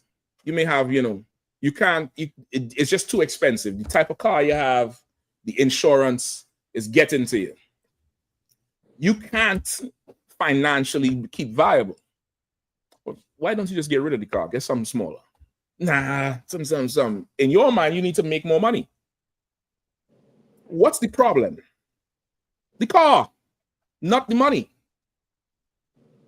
And then you want to keep the car, and then the car gets stolen. Or the car, you total the car. It's under insurance, so the dealership gonna get their money. But guess what? You don't have a problem anymore.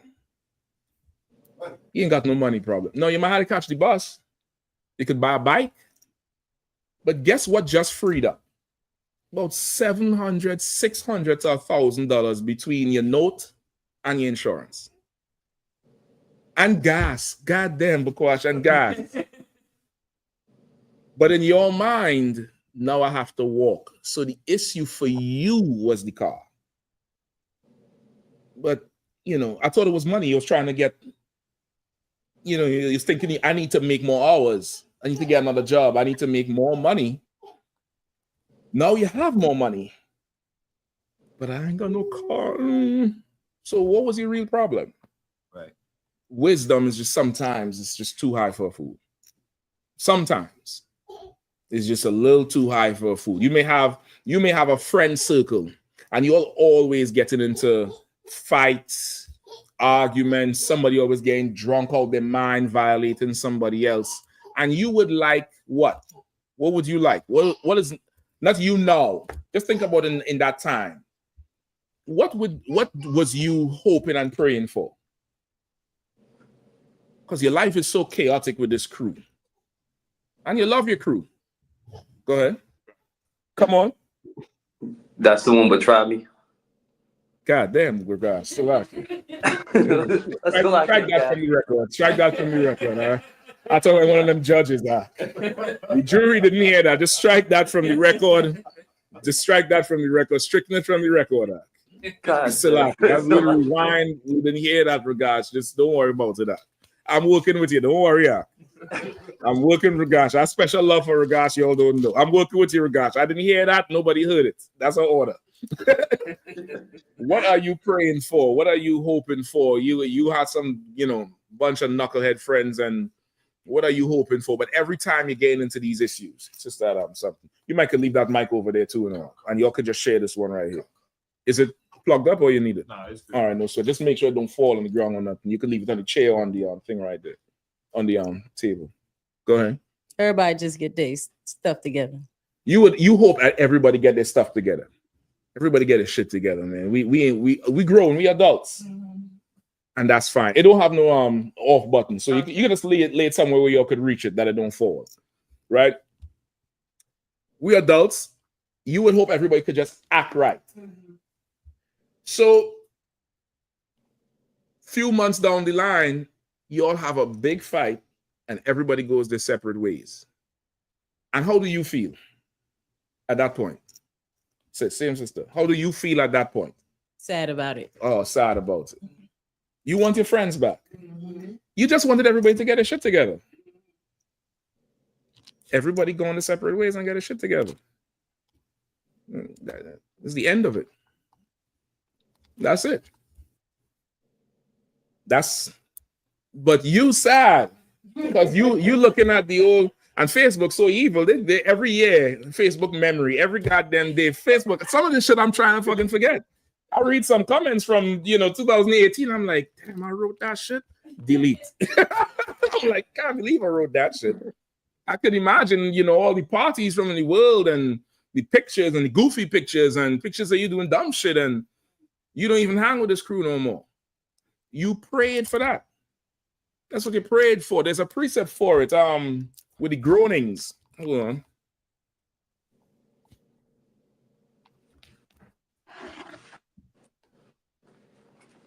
Give me Romans 8:26. Somebody real quick.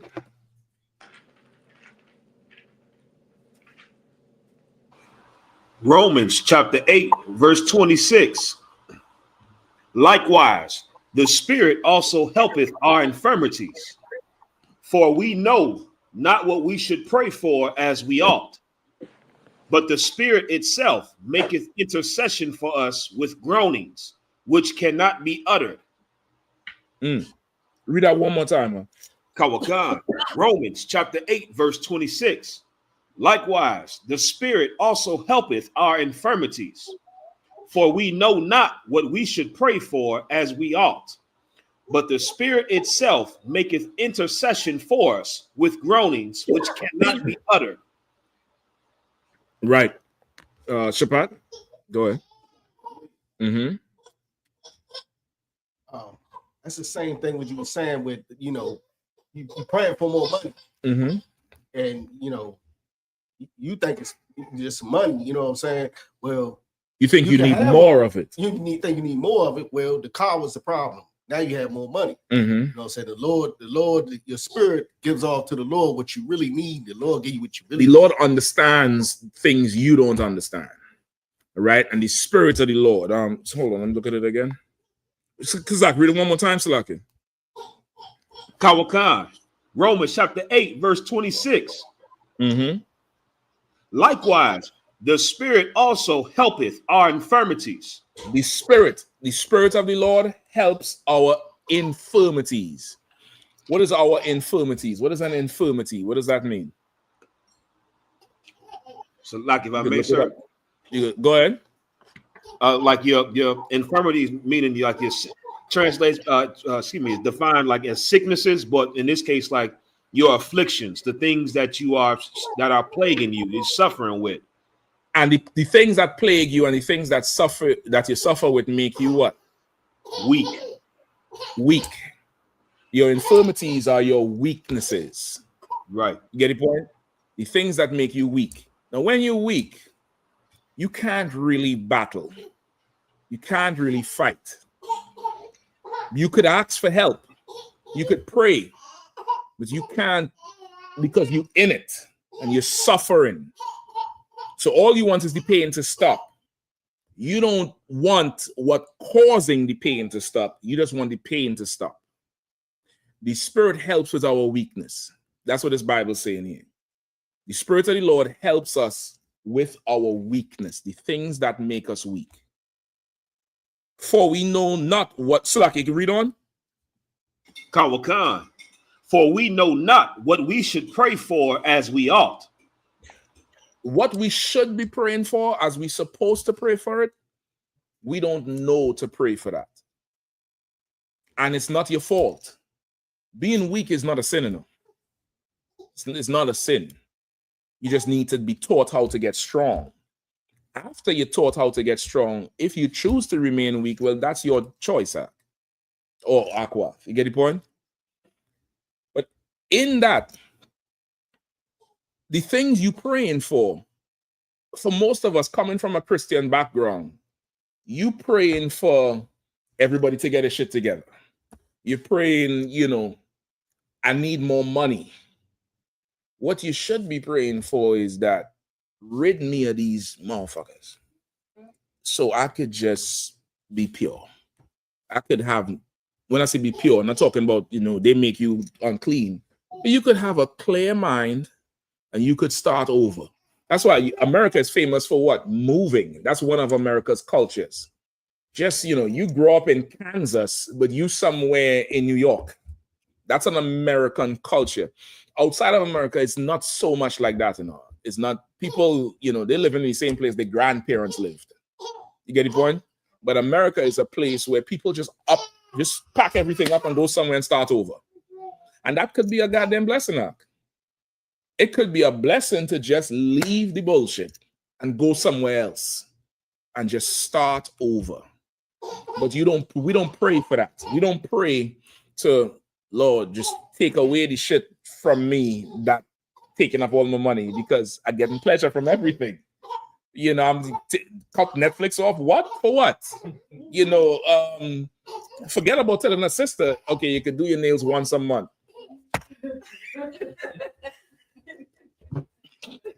See, my mother done told me about you. It take about 20 seconds to answer you.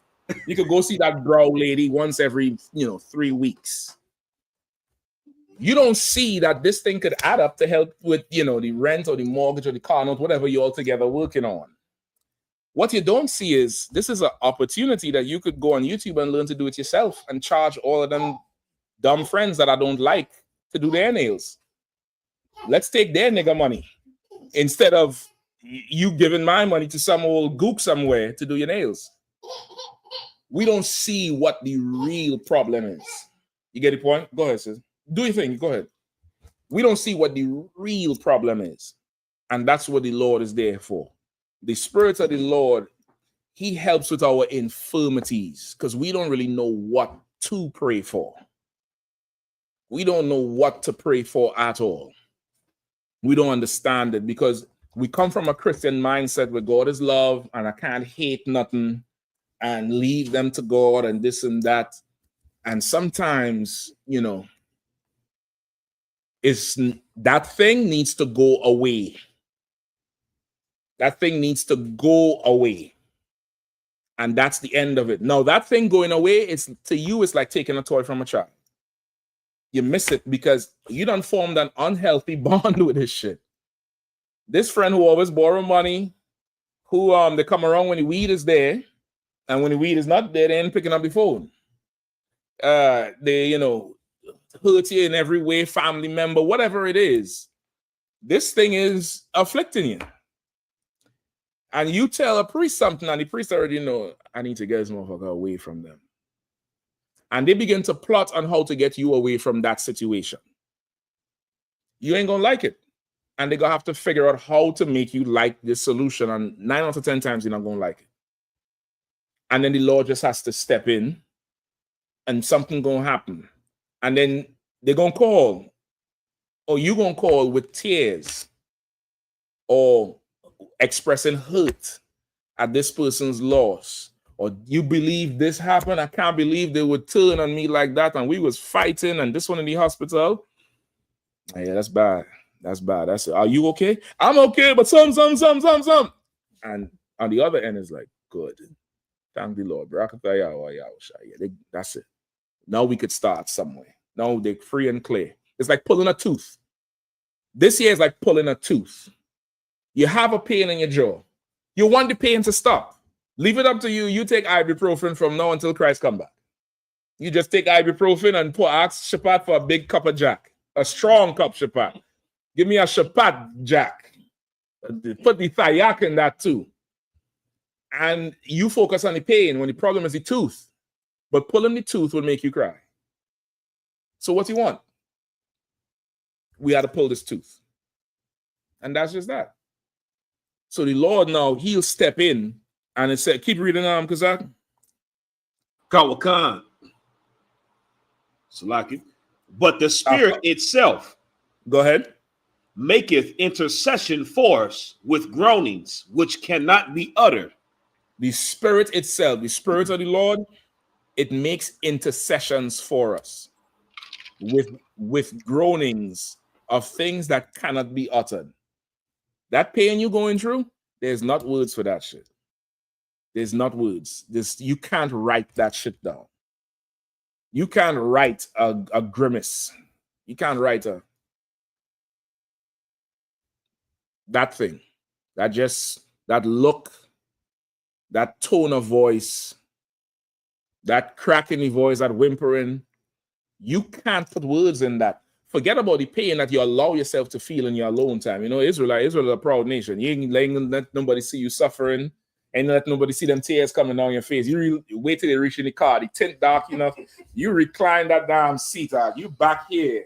And you just see the rain down on me. You letting them things go out. You gonna cry in the car. And that's fine. Some things really affect you. Some things really affect you, and it's a problem. And you remember that famous scene in Boys in the Hood? That nigga was punching every ounce of air, every H2O and O2 and CO2. Caught an uppercut. But at that time, it's funny now, but seeing that scene was important because he was so frustrated. Remember, I think that was just after he got pulled over and called a nigger and you nigger this. And he's trying to not be the thing that they say he is. You get the point? He was the one going off to college. He ain't doing the drug. He just lost it. But that's groanings. Those things are groanings. There's some things cannot be put into words. And the Lord hears your groanings more than your prayers. What you put into words, you like the fool babbling now. You like, Lord, I want this. And if you give me this, I'll get my credit straight, and get the house and this and that. When all you might need to do is just stop smoking weed. All you might need to do is just give up the plug. I don't know what it costs now. I know years ago it used to, I think over here it was way more expensive. It was like, what, $10, $15, $20 for gas? Now I think it's way more. Way more. You can't pay your bills because you're paying the weed man bills. You can't do it. You might need to just not smoke no more. You're going to have the money to pay these bills. You might just have to face your problems now. You can't go get high and go to sleep. You might just need to stop drinking. How much is a bottle of what brothers drink? Henny. How much is a bottle of Hennessy? Come on. 60. Damn. How much you buy every week? I'm joking. Don't even answer that. I was joking. But the average brother or sister buys a bottle a week, either Thursday or Friday. And they have few friends over or by themselves. And by Monday or Sunday, that's gone. But you're getting paid weekly, remember? So you're going to buy another bottle. $50 a week is $200 a month. Is what? $1,200 for the year? That's one bottle of Hennessy. Ain't none nigga buying one bottle of Hennessy. That's when you're broke out. That's when you do 2 DoorDash. But for the average person who draw in a salary, Hennessy is for one night. What about the beers? And the vodka? And the tequila? Oh boy. Maybe you should just stop drinking. And you'll be able to afford a car. You could buy a car. You ain't got to, hustle and go flip something and bring it back and go up in the casino and bet this, and you don't have to do. Just stop being an addict. I'm asking you to stop eating pork, Just stop being an addict for a second. You'll be rich overnight. You get the point? Like that could happen. But to hear that, you don't want to hear none of that shit out. You don't want to hear none of it. Forget about you coming the truth. You a brother. You hear you can't get no shape ups no more. How much is an average haircut at the barber right now? Years ago, it used to be about 10 or 15. I remember when it hit 20. I remember that shit. How much is it now? Too much. I hear people online, they talking about $50 to $100. Yeah, that's what I thought. And then add the tip on top of that. They expect a tip for what, nigga? For what? Here's a tip. I ain't coming back. I'll give you a tip. I'll give you a heads up. That's the most valuable tip. Listen. But a brother come in the truth now, and you don't have to go spend $50 every week. You was getting a shape up every week, right or wrong? When you're broke, you get every 2 weeks. When shit, you spend too much money at the club or some bill come out, you know what I mean? Summertime, like how we in here now, you might get Pepco's a few extra $100. You might be like, yeah, I'm gonna see that barber next week. But every 2 weeks, every week you spending $50 to $100. That's what? $200 to $400 a month to look like an Egyptian. You come in here and obey the laws of the Lord, you might have some money in your pocket. I'm gonna tell you straight up. You don't want to hear that. You need to look fresh. What you don't know is you get programmed to looking fresh. The smell of the alcohol, they don't use the powder no more, right? Before, after they shave you, they would use the brush. They put some powder on the brush, use and brush all the loose hair off for you. It helps get the hair off. And then they spray that alcohol on it burns. Whew. But the bro's gonna like that square shape up. Everything looking all square, right? You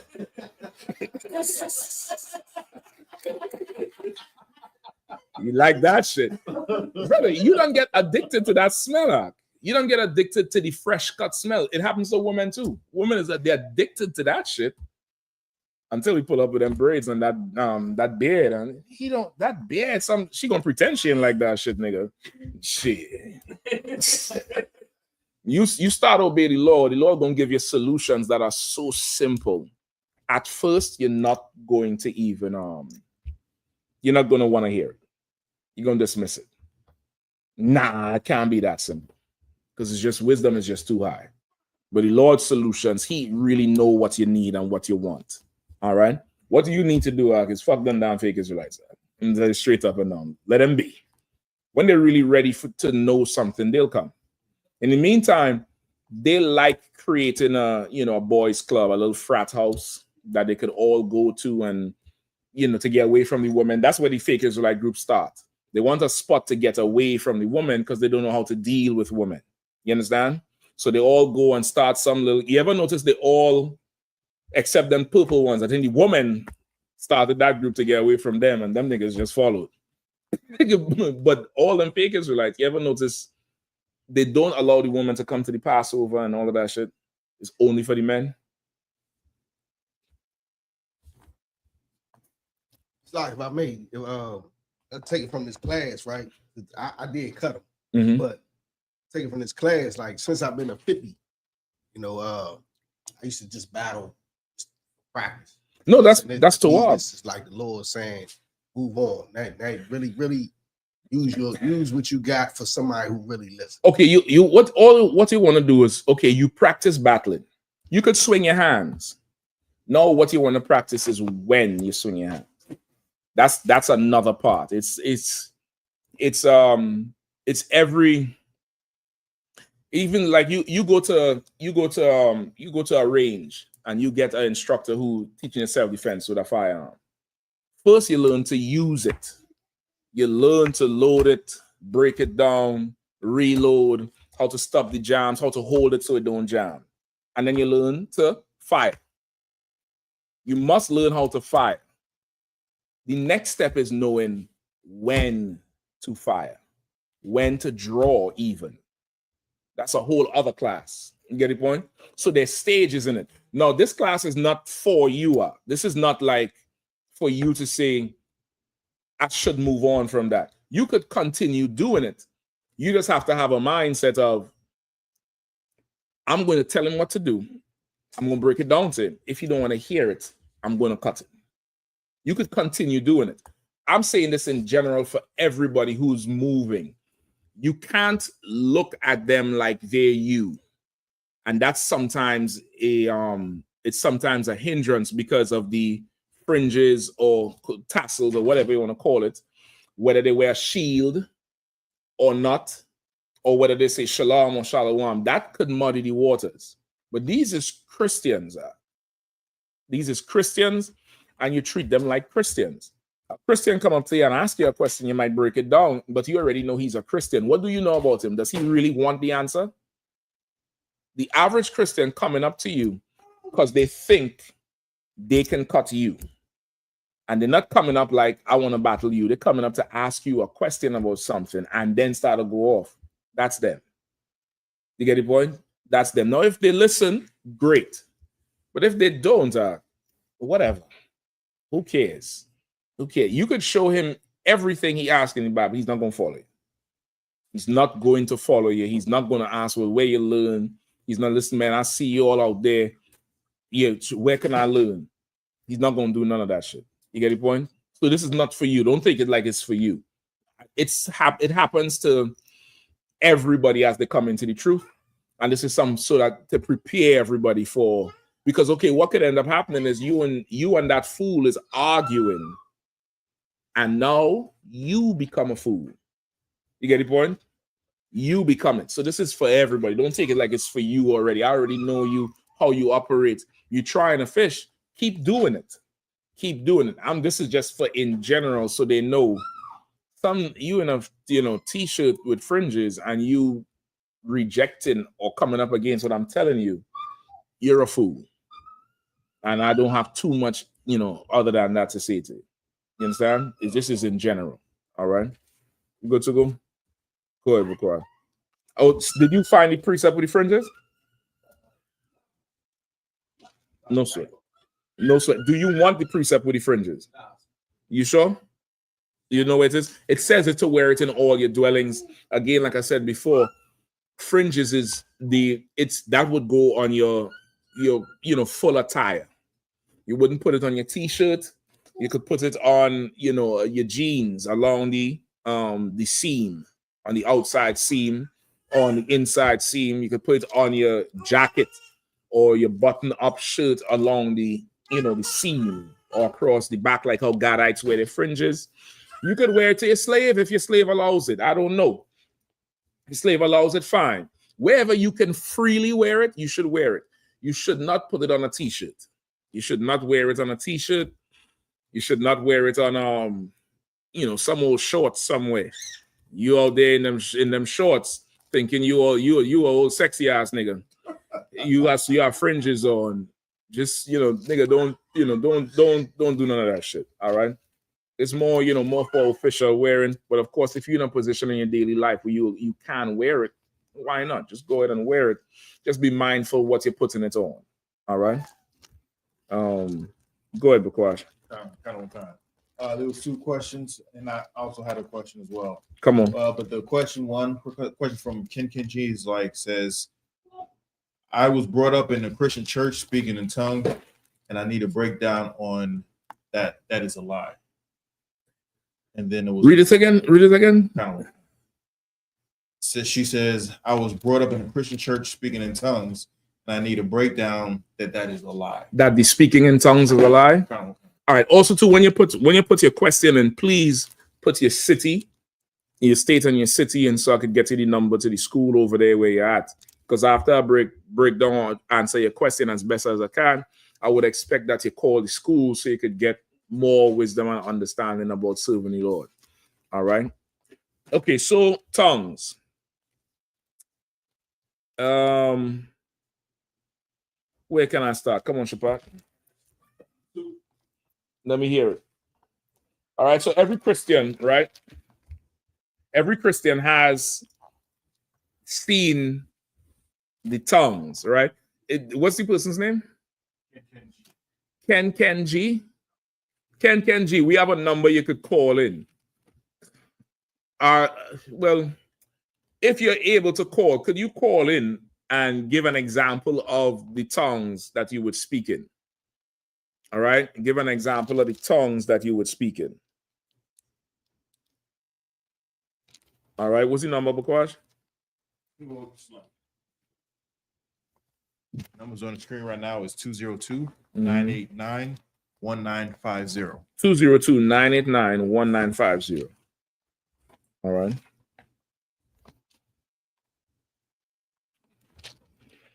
Go ahead.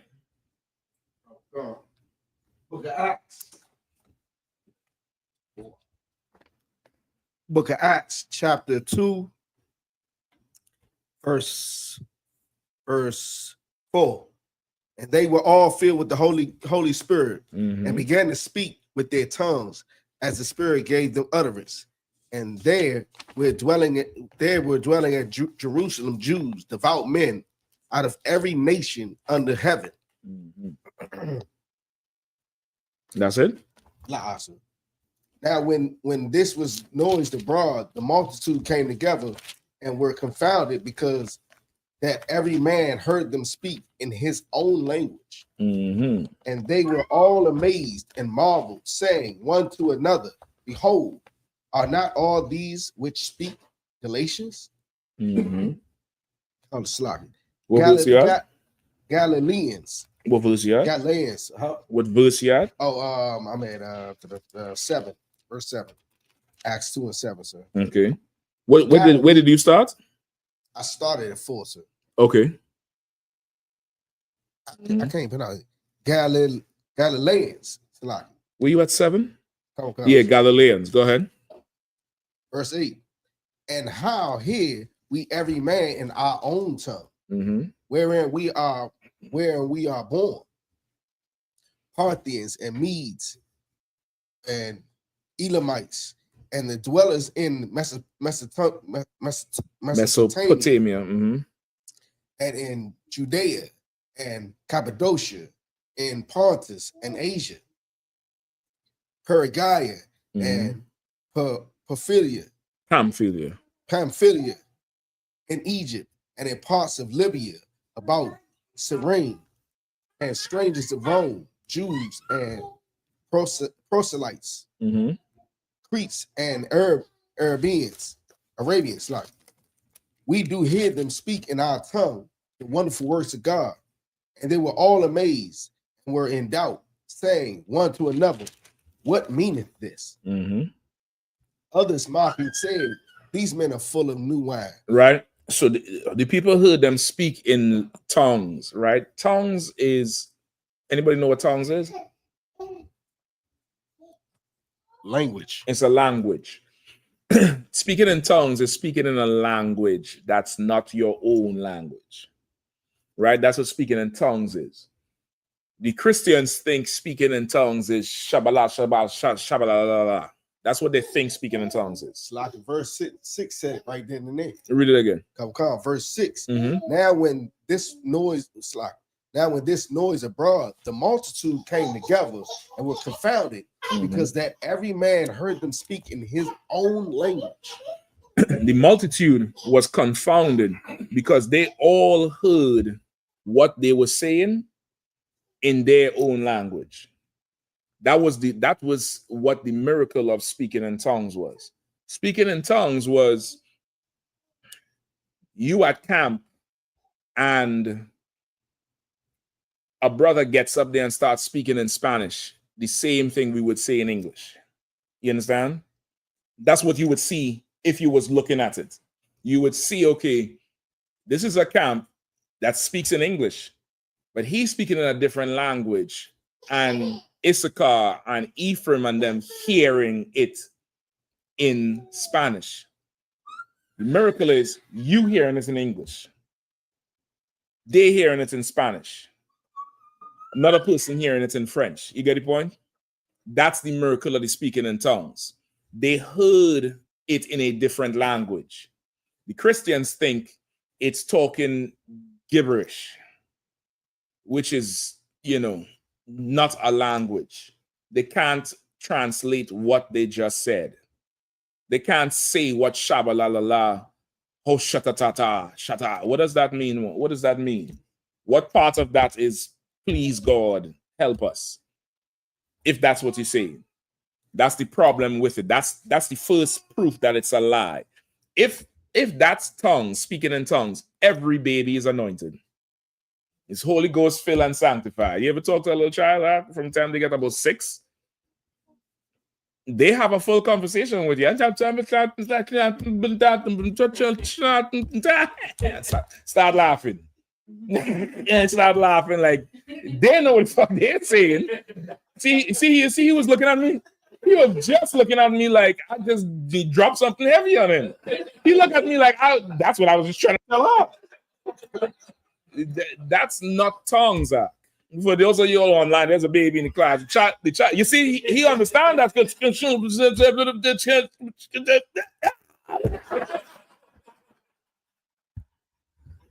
I'm trying to tell you, that's not tongues. That's you just a baby. You're just a little child. That's all that is. You get the point? That's the first proof that it's a lie.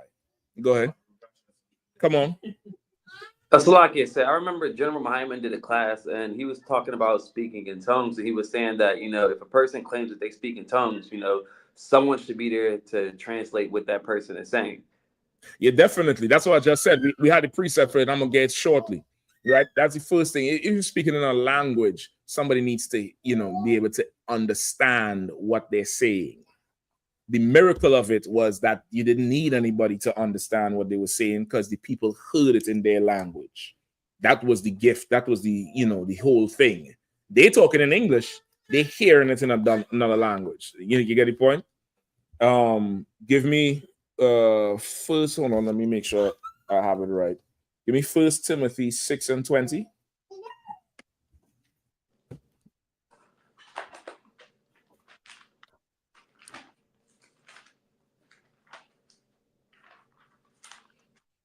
All right, give me that first. Give me 2 Timothy 2:16.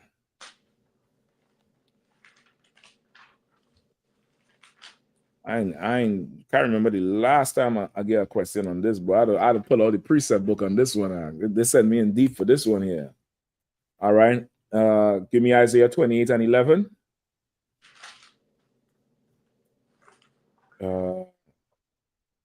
1 Corinthians 14. And then I will let you know where to go from there. Let's start with Timothy.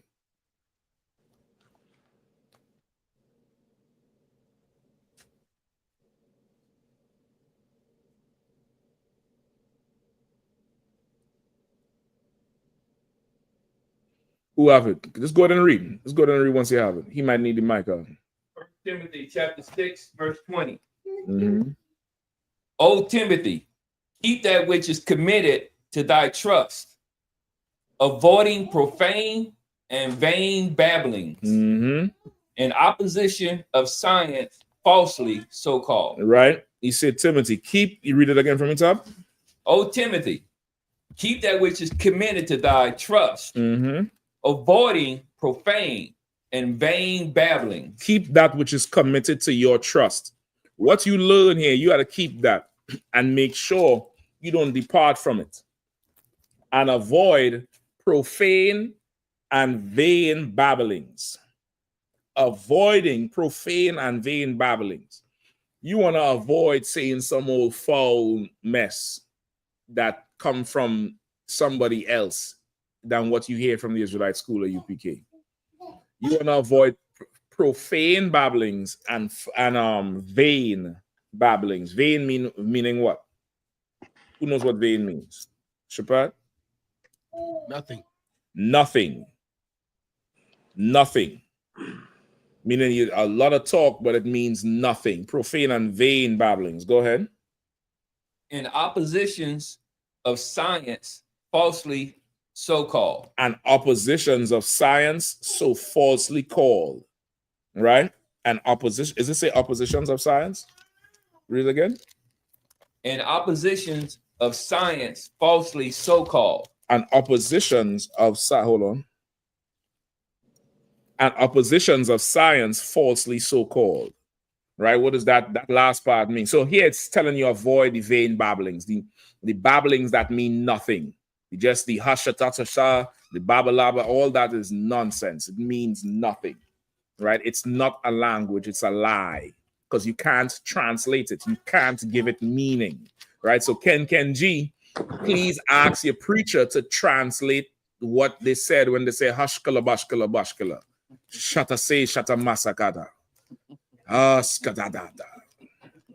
Ask them to say, well, excuse me, Pastor, that was so powerful what you said. I know I'm not as gifted as you. I don't know those languages. But what did you just say in English? Just ask him for the closed caption on that babbling. You know them captions come up on the screen when you're watching them movies. Ask him for the transcript. Ask him for the transcript on the Shabbat Shalala. Ask him if it's Shabbat Shalala or if it's Shabbalala or if it's, Salaki, sir. Ask him if it's SHALAM, the group. Ask him what you want. Go ahead, Kazak. That's Salaki, sir. I believe it's Mama Say, Mama Sa, Mama Kasa. That's what I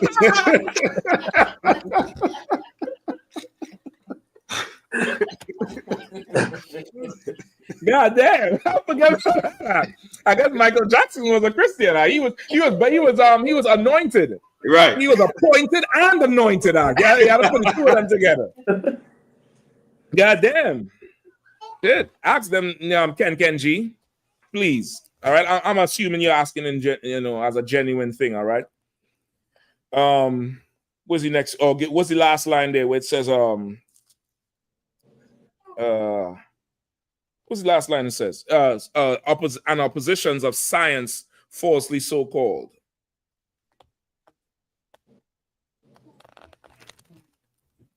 What does that mean?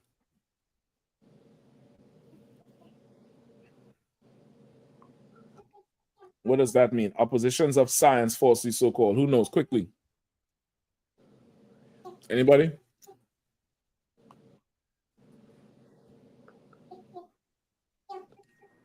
Slocky, sir. Yeah, go ahead. Would that be like something saying like a man can be a woman and a woman can be a man? I'll take that. But there's something else more direct. But I'll definitely take that one.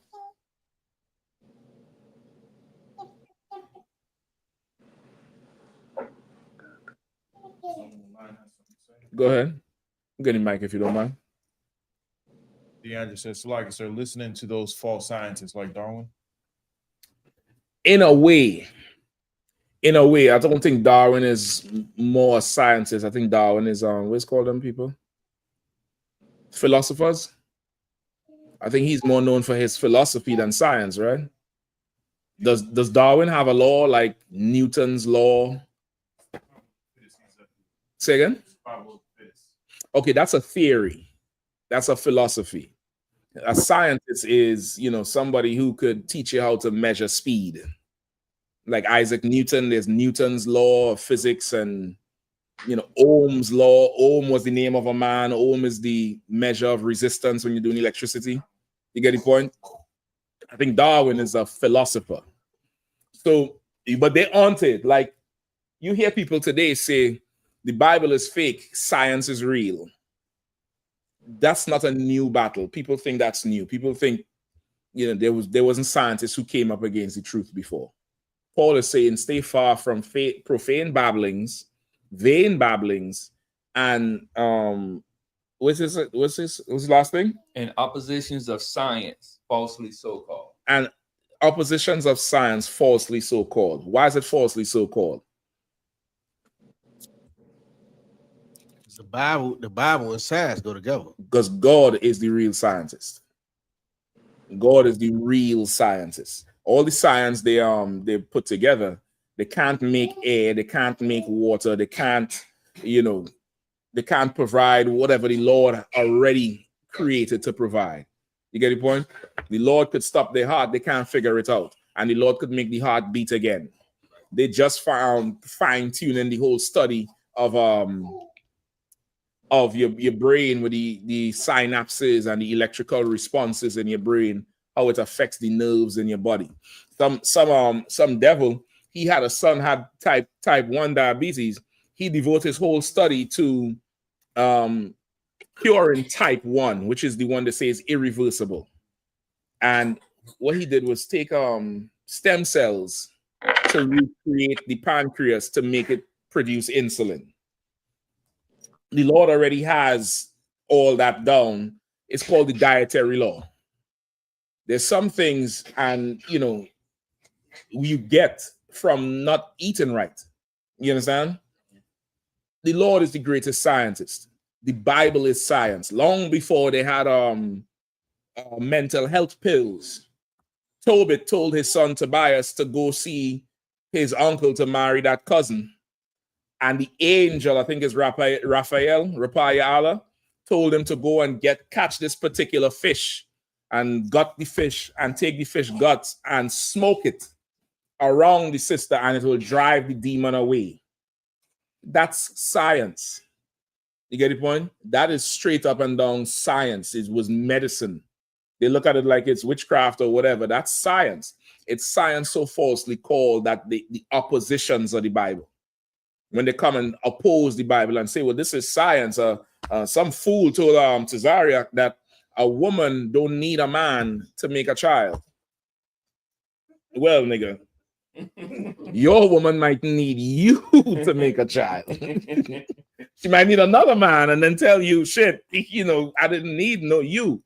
But they teach that shit out. They teach some gland, and then in their mythology, they tell you some winged woman, some winged bitch, after they done murder the man she was with. Some broad with wings went and sat on him, and she had wings and she flapped the wings so fast it stimulated the man. Now he dead. Stimulated the man, and he spilled seed into her from the flapping of the wings. Bro, if you got them wings today, I need to see them. That's what they believe. Those same people love science. It's science. And talk about the glands and the mitochondria and this and that and blah, blah, blah. And where they at now? Where was the science with that little girl you took to the club? That was science too, I guess. When the cops came for you, you all know about that. You all know about that? Yeah, where was the science in that? It's science falsely called. Right? Stay far from the upper, you know, don't give them the respect. Those things are not to give that type of respect. All right. Along with the vain babblings. Where we at next? 2 Timothy 2:16. 2 Timothy chapter 2, verse 16. But shun profane and vain babblings, for they will increase unto more ungodliness. Right? Shun profane and vain babblings, which is what the tongues are. The tongues increase and lead to more ungodliness. Why? Because every preacher speaks in tongues and is having sex with somebody's wife and molesting somebody's child. And the more he talk in tongues, the more he hashkalabashkalaba, you think he's more holy. You think he's something special when it's vain babblings, when he's an idiot, he's a fool. You get the point? First Corinthians, give me Isaiah 28 and 11.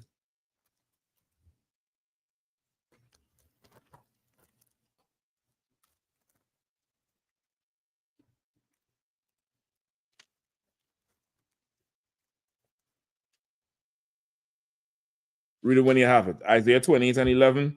Give me 1 Corinthians 14 and 26. Is Ken Kenji still on? Yeah. No sweat. Isaiah chapter 28, verse 11. For the stammering lips and another tongue will he speak to his people. Mm-hmm. That's it? Any more? Con, that's just verse 11. That's just verse 11? Hold on. Let me catch up with you.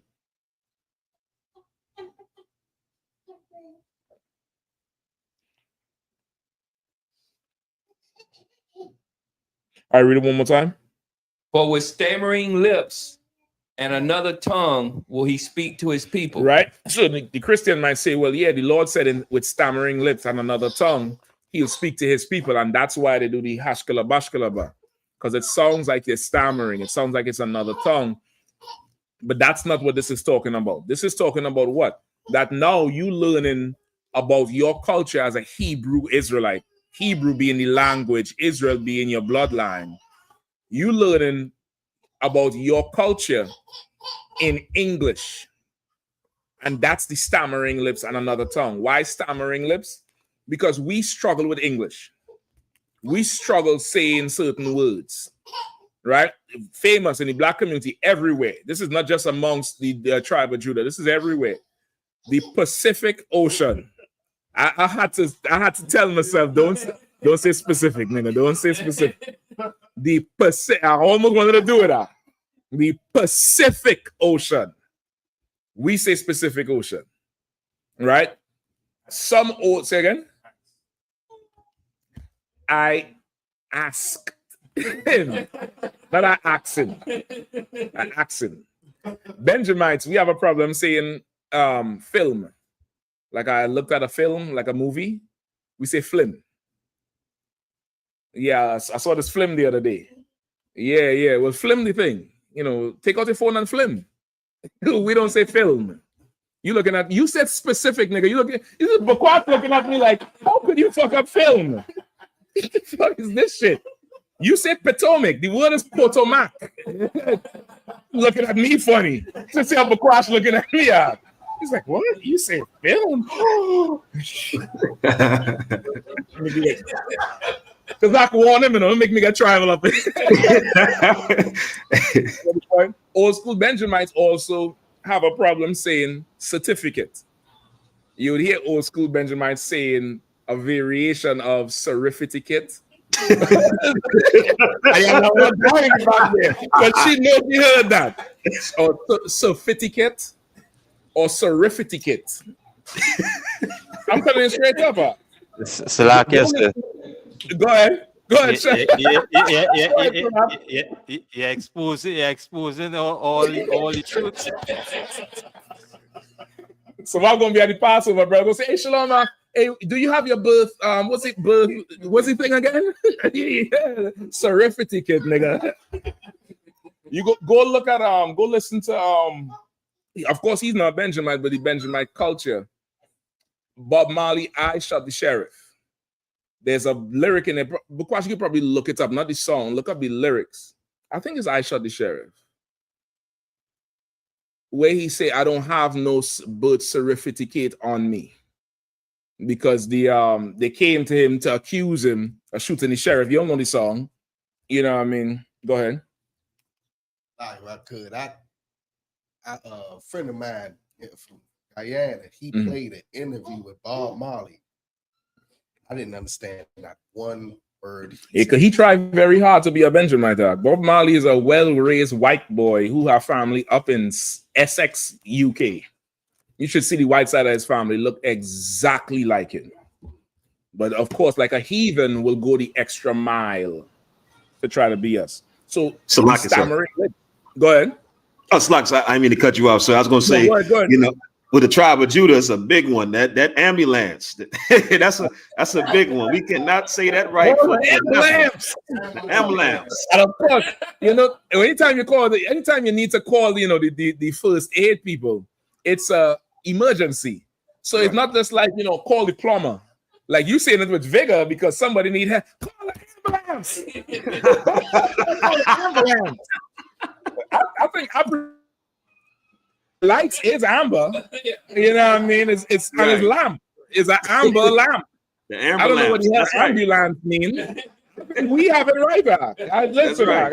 I stand with Judah on that one because with some things I take a step away from you. That's specific. Fuck all of that shit. And definitely Potomac. Right. I remember I just came up here. I was like, riding the metro. I'm just trying to figure my way around. I was like, yeah, I'm going to Potomac Avenue or Potomac Station. They say, you mean Potomac? I said, no, I mean Potomac. He said, nigga, it's Potomac. I just walked away because I wanted to ask him to spell Potomac. How do you spell Potomac, Bukawash, since he was looking at me crazy? Spell Potomac, like the Potomac River. Yeah, spell it. P what? So it's not P-I. So how you get Potomac? How you get that shit? This is stammering lips and another tongue. That's what this means. We learn about our culture in another language we could hardly speak. We could hardly speak it. When we are around each other, we talk our own version of it. When we are around the oppressor, we have to talk his version. Same thing with the Latinos. There's so many different Spanish. Mexican Spanish is not Ephraimite Spanish, and it's both of them is not Simeonite Spanish. You get the point? It's different Spanish, different accents, different dialect, and the Spaniard from Spain speaking something else. Ash taught me this long time ago. How you know a Spaniard?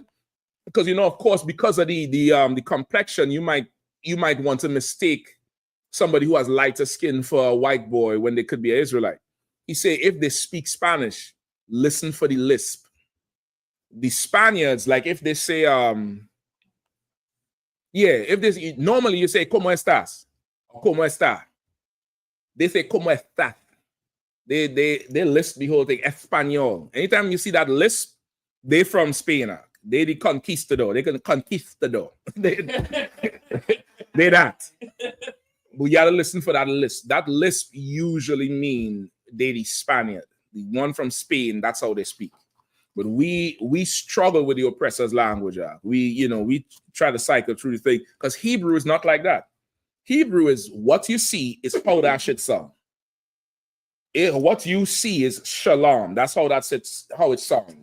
You get the point? Even to show you how it is, the white man, I know we're running on the time. I might have to end it soon. The white man, he says shalom with the O, right? And fake Israelites say what? Shalom. Because when you look at the shalom in the Hebrew, it's spelled sha, la, wa, and the ma. The wa and the ma, the la and the wa is connected. So it's shalom, like law. Like you would say shalom. Because of how it sounds, we just say shalom. You get the point? They see it and say, yeah, the Jewish man is correct in trying to say shalom when they don't understand it. We talk in a stammering tongue. You get the point? But it's not shalom. They'll show you, they'll pull something with the wa there. They don't understand it's shalom. Like it's one long thing, like lawyer. You don't say lawaya for Levi. Levi is what in Hebrew? Lawyer. The la and the wa is connected, so it's lawyer. And that's where you get the word lawyer from. You understand? So the shalom is shalom, shalom, shalom, shalom, not shalom, not that, or not shalom. They're just simple. Go ahead. And even when all the brothers come from different areas, whether it be in the States or different areas in the world, whenever we speak in Hebrew and we say in the greeting and whatnot, it's sounding the same. No accent.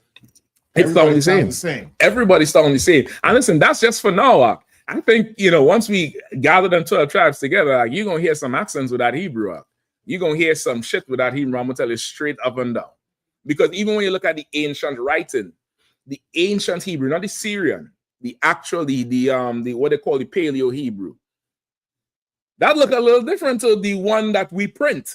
And that's because of handwriting. Even some brothers, when they write the test, they might write the bar a little bit different, and it's handwriting. You can't say, nah, that it don't, you know, you got to work with it. You got to work with it. He should do it like how on the test.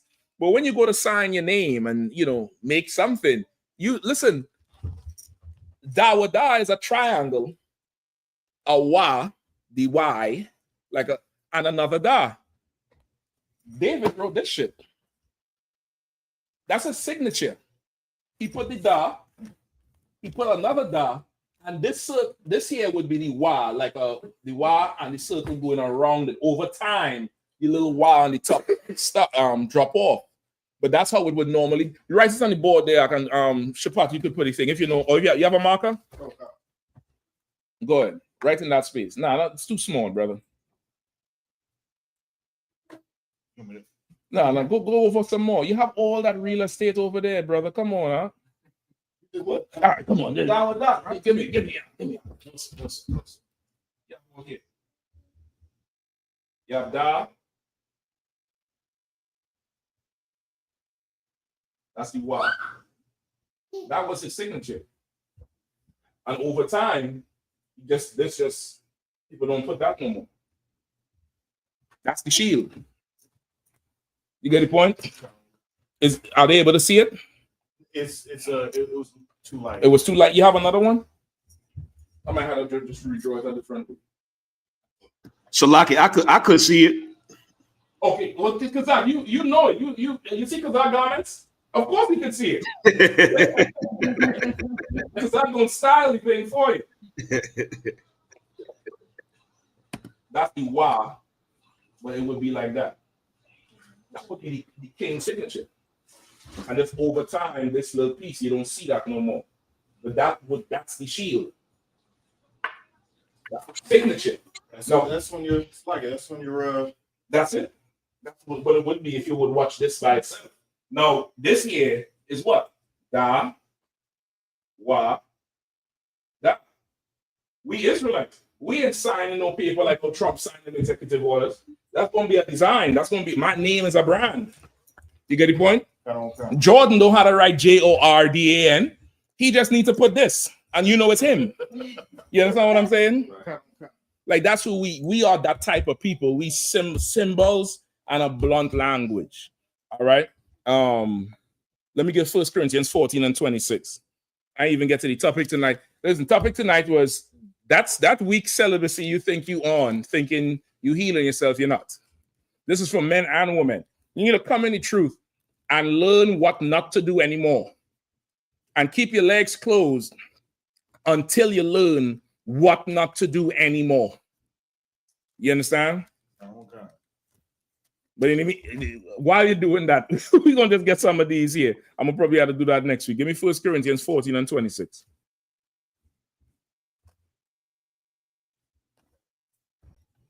I think that's what I want. Yeah. Book of 1 Corinthians, chapter 14, verse 26. Mm-hmm. How is it then, brethren, when ye come together? Say it again. Say that again. You read that real niggery right there. For all you Christians who thinking, you know, the what it says, the talking in tongues, the babblings is holy and Holy Ghost filled and sanctified. Shapat got something different for you. Read it again, Shapat. God. How is it then, brethren? Well, how is it then, brother? Go ahead. When ye come together, every one of you hath a song, hath a doctrine, hath a tongue, hath a revelation, hath a interpretation, and all things be done unto edifying. Right? For every Christian, how is it then that whenever you all come together, every one of you have a psalm, you have some doctrine, you have some other language you talking in, you have some revelation and an interpretation for the revelation. He's saying, let all things be done unto edifying, meaning what? Everything you do has to mean something. It has to mean something to the person you're speaking to. You just can't say it and they don't know what the hell you're talking about. That's seen as really evil to do to somebody in this context. All right, keep reading. If any man speak in an unknown tongue, let it be by two, or at the most by three, and that by course, and let one interpret. Right? If any man speaking an unknown tongue, let it be by two or at most three. So one man speaking, and let one man interpret. And you could have a third person there to, verify or to correct any mistakes, but definitely you need to have two. So if I'm speaking in another language, I need somebody to say what I'm speaking in the common language, meaning the language of everybody who I'm addressing. That's when I say common, not like low, but the language of the masses would be common amongst everybody. So if I'm speaking in another language, I need a translator. And you see that in the United Nations. You see that, when they're meeting in the White House, Putin sit down there. Till this day, Putin don't talk no English, and he ain't talking no English for nobody. They'll do a 3-hour interview with 3 people in the room. Putin and his other 2 interpreters, translators. They'll just wait. He'll just listen. Oh, what they say? All right, cool. And he said back in Russian, and they said back in English. And that's just that. Ain't nobody forced to, talk in that language. You're going to have an interpreter. The Christians don't have an interpreter, right? Keep reading. But if there be no interpreter, let him keep silence in the church. Say it again. Let him keep, if there be no interpreter, let him keep silent in the church. Right, Ken G. If your preacher can't translate what he said, and if there's no interpreter, let him be silent in the churches. Let him shut his mouth. Your preacher need to shut their mouth. Let me go you one further. Right now, there's more than any time before. There's ASL translators for most things on TV, most live things. That's the little sign language translator on the bottom of the screen. I think there was some scandal a few years ago. This motherfucker on there making gang signs and not translating it. Should they end up finding out? But they was up there just doing whatever. But now you have straight up ASL licensed people on there doing the sign language, the American Sign Language. That's what ASL is. I would like to know if the church streams their program with a sign language assistant. And if when they do the tongues, the shabalalalala and the hushkalaba, what the hell is the person signing? Because that's how I will know this is a legitimate language. Or do they just say, Pastor talking that bullshit? Wait until it's over. That's what I want to know. Ken G. Right? Ken G.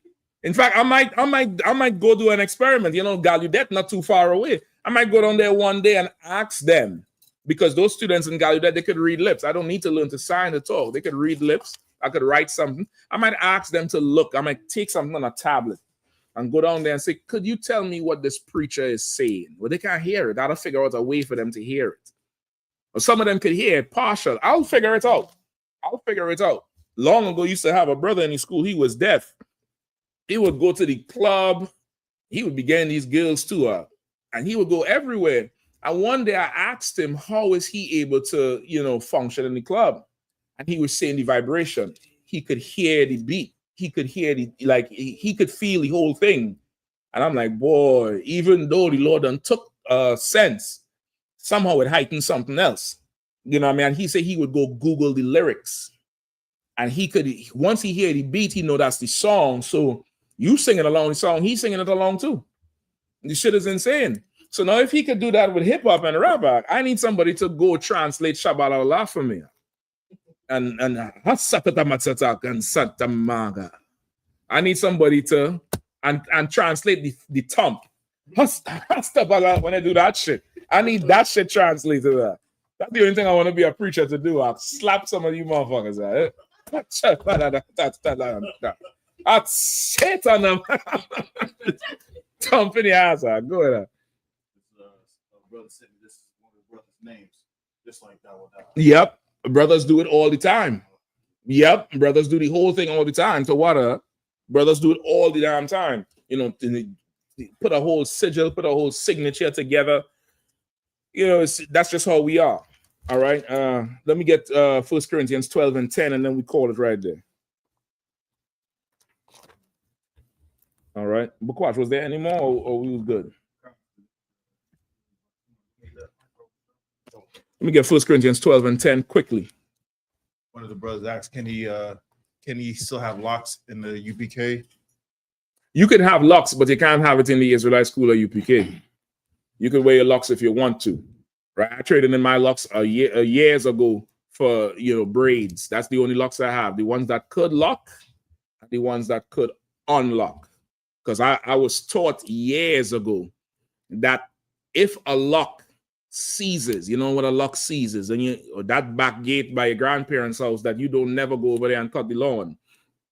You go back there and the lock is rusted and the key don't work no more because it's rusted shut.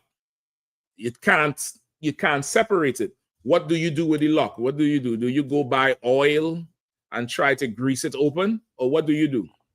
You go get some bolt cutters and you cut that bitch off. And that rusted lock is them dreadlocks. It's rusty and dirty and dingy and disgusting. And I could talk shit about it because I used to have it.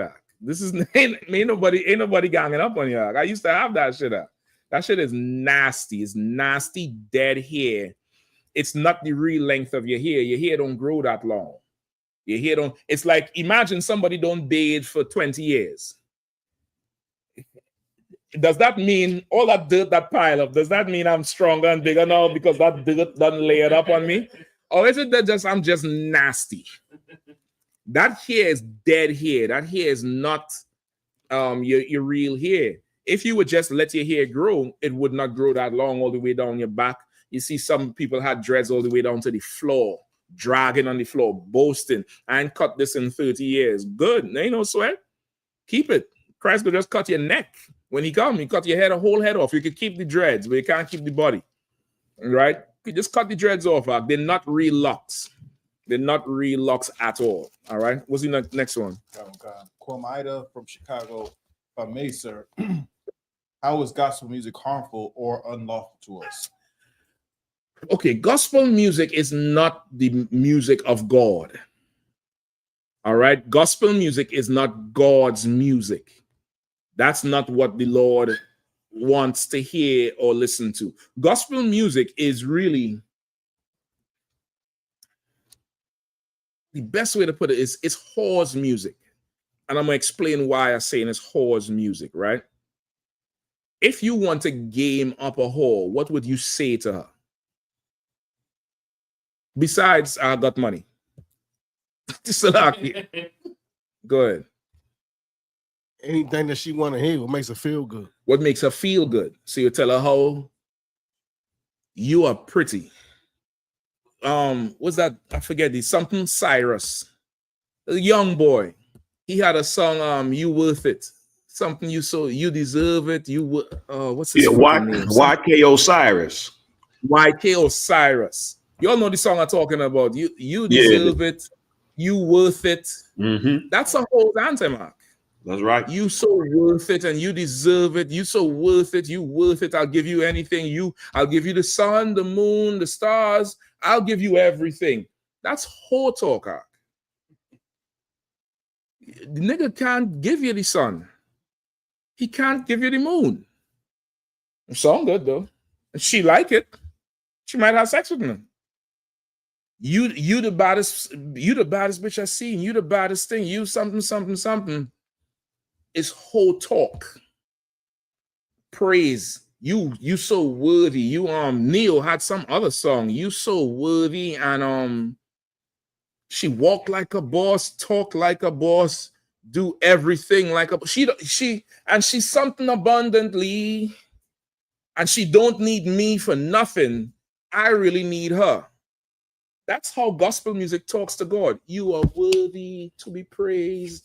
You the best. All week you're smoking weed and eating pork and being a faggot and a whore.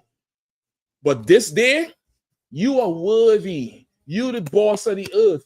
We are not worthy. I'm just here happy to be in presence with you. You think God is a hoe? You're gaming God up. How about you stop listening to gospel music and just do what the fuck he tell you to do?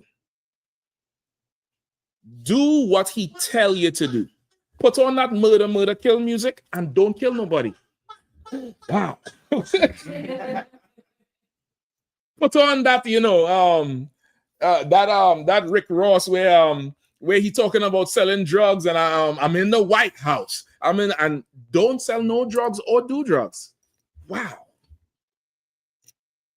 But I'm coming to you. But you listen to gospel music about how God is so worthy and he's worthy to be praised and he is the Almighty, and don't do a goddamn thing he say. You think God is a hoe. You think he's soft. You think you think he's stupid. I wouldn't listen to gospel if I was you, sis. Salakia. I'm wrong for that. I apologize. You did not ask why he should not. You asked, what's the question she asked? She asked. And pull for me, take away the noise of Amos. I'm gonna come to you. What's the question she asked? She asked, if I may, sir, how is gospel music harmful or unlawful to us? Right. How is gospel music harmful? So I just described how it's harmful. You're carrying the Lord like he a hoe, and the Lord ain't no hoe. He gonna destroy your life over that shit. He gonna destroy your life. Them children in them in that camp down there in Kerrville, they was singing gospel. He got the whole world, but they was singing, Jesus loves me, this I know, and the water came rushing out.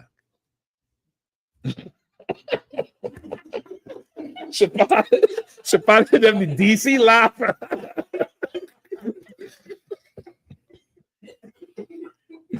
That's it. Lord bless the dead. Yeah, man. I don't know. Shit. That's that's white people shit out. That's white people shit out. You watch the movie Titanic, they say the band kept playing. The band playing, the ship sinking. You in there, the flood coming. Brother, they said some camp official got the message about an hour and kept them kids there. Because they trust in that gospel music. God said, you're going to treat me like a hoe in no sweat. Take some of this water.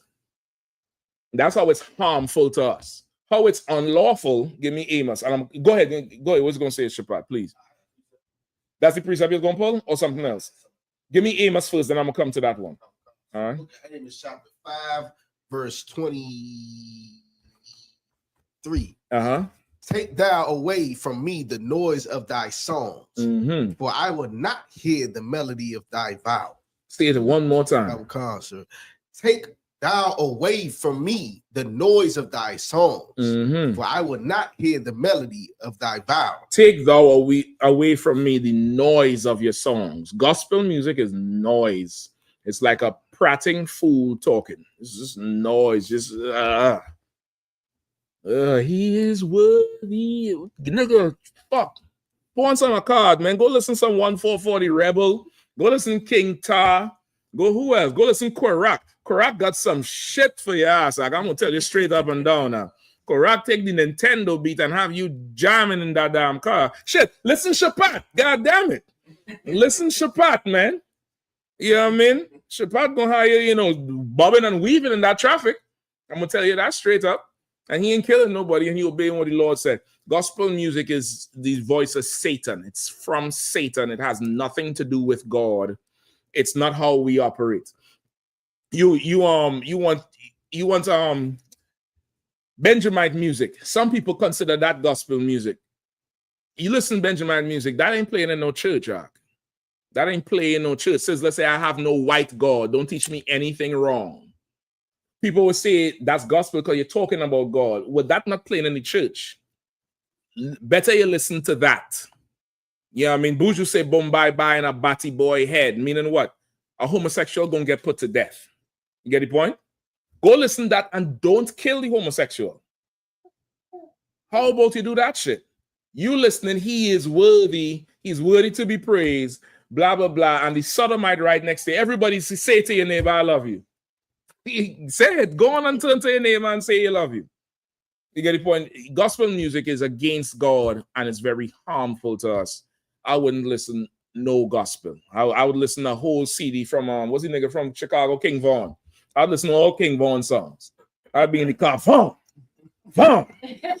all the way to class. Vaughn, as I pay my tithes, I put the tithes in the envelope or do the Zelle and the cash up. Vaughn. But you listening gospel and you ain't paying a lick of tithes. And we wait for the calamity. When calamity takes you, the Lord is going to laugh. That's in the Bible. We good to go. What's the other precept you had out? And then we're done. Book of Psalms, chapter 39. 39. Hold up. Select wrong one. The book of Psalms, chapter 137. You know what I'm saying? Verse 3. For they that carried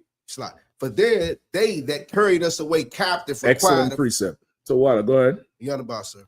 For there they that carried us away captive required of us a song, and they that wasted us required of us mirth, saying, sing us one of those songs of Zion. Right? But how can we sing the Lord's song in a strange land? Right? I believe that's what it says, right? Read on. The next verse. How shall we sing the Lord's song in a strange land? Right? Like you talking about, you listen to gospel music. If gospel music is God's song and is the music of the Lord, David said, we can't sing the Lord's song in a strange land. We can't sing the Lord's song to people who carried us away captive by the rivers of Babylon, where we came from. How can we sing the Lord's song in a strange land? If gospel is God's song, then we surely shouldn't be singing it because we are in a strange land. You get the point? We are definitely in a strange land. The joy songs they want to hear is to entertain them, to make them feel good. Gospel music is really just whole talk. You're trying to game a whole up so the whole could give you what you want right then and there. That's what it is. You want to go there and dance and sing in church and scream to the loudest and hallelujah. And they be going off, boy, in that church. It's down there like a nightmare if you're a young child. You hear hallelujah. And he's like, what the fuck is he screaming about? It's a nightmare. It's scary. How about you just shut your mouth and don't go down on your knees when that faggot come around? Stop being a sodomite. How about you stop touching them kids? Stop getting high. Stop being, going after these whores. How about you just do that? And get the point. Gospel music is absolutely satanic and against God. All right. I hope that answers your question, sis. We good to go, Bakwash? With that, Salakia, pass the class over to Priest and Officer Shapataya. Security announcements with the I.S.U.P.K out of 1 West 125th Street, Harlem, New York, under Commander General Yahanna. Rules for new brothers and sisters. The new brother or sister comes to the school, they are salute. They are orphans for 6 months. They'll be saluted only. They're here to share themselves of the world. After 6 months, if a brother or sister has an interest in a particular person, he or she must get permission from the head and speak to a brother or sister. There's another 6 months in which the brother or sister will court each other. After this 6 month period, brother or sister will get permission from the head to marry. Tithes, which is a commandment, you can find this in the book of Numbers, chapter 18, verse 21, the book of Malachi, chapter 3, verse 8 through 10. Means 10th in Hebrew and it's pronounced I.S.U.P.K. 10% of every penny of any increase the Lord gives you, give to the treasury department or teacher. Priest fund, free will offering for priests, not mandatory, whatsoever amount you would like to give. Upcoming holy convocation. Memorial blowing of trumpets, first day of the 7th month, Sunday, the 21st of September, 2025. You can find this in the book of Leviticus, chapter 23, verse 24 through 25. Also, we are still in cookout season. The next cookout is the Midwest Fire Weekend in Chicago, Illinois, July 31st to August the 3rd. Then we got the Harlem Cookout headquarters, September the 5th, September the 7th. Then we got the California West Coast Cookout, October the 2nd to October the 5th. And then the Down South Houston Cookout, October the 30th to November the 2nd. But make sure you make your travel arrangements, book your hotels. So we always have a good time for these cookouts. Go see your brethren, you know what I'm saying? Gather together these times right here. Salak, anybody? Salak, so you want to add anything else? Come. Man, Ackman, Ackroft, check on social media, such as ISUPK.com, Facebook, Twitter, YouTube, and so on for ISUPK events and materials. If a brother wants to be a trooper in the school, you should start wearing all black, which includes black boots, black shirts, black pants, black headband, a scarf. And with that, I say I might, which means a stand, since you may remain seated. We'll give a courtesy salute to the teacher. Man, Shabbat.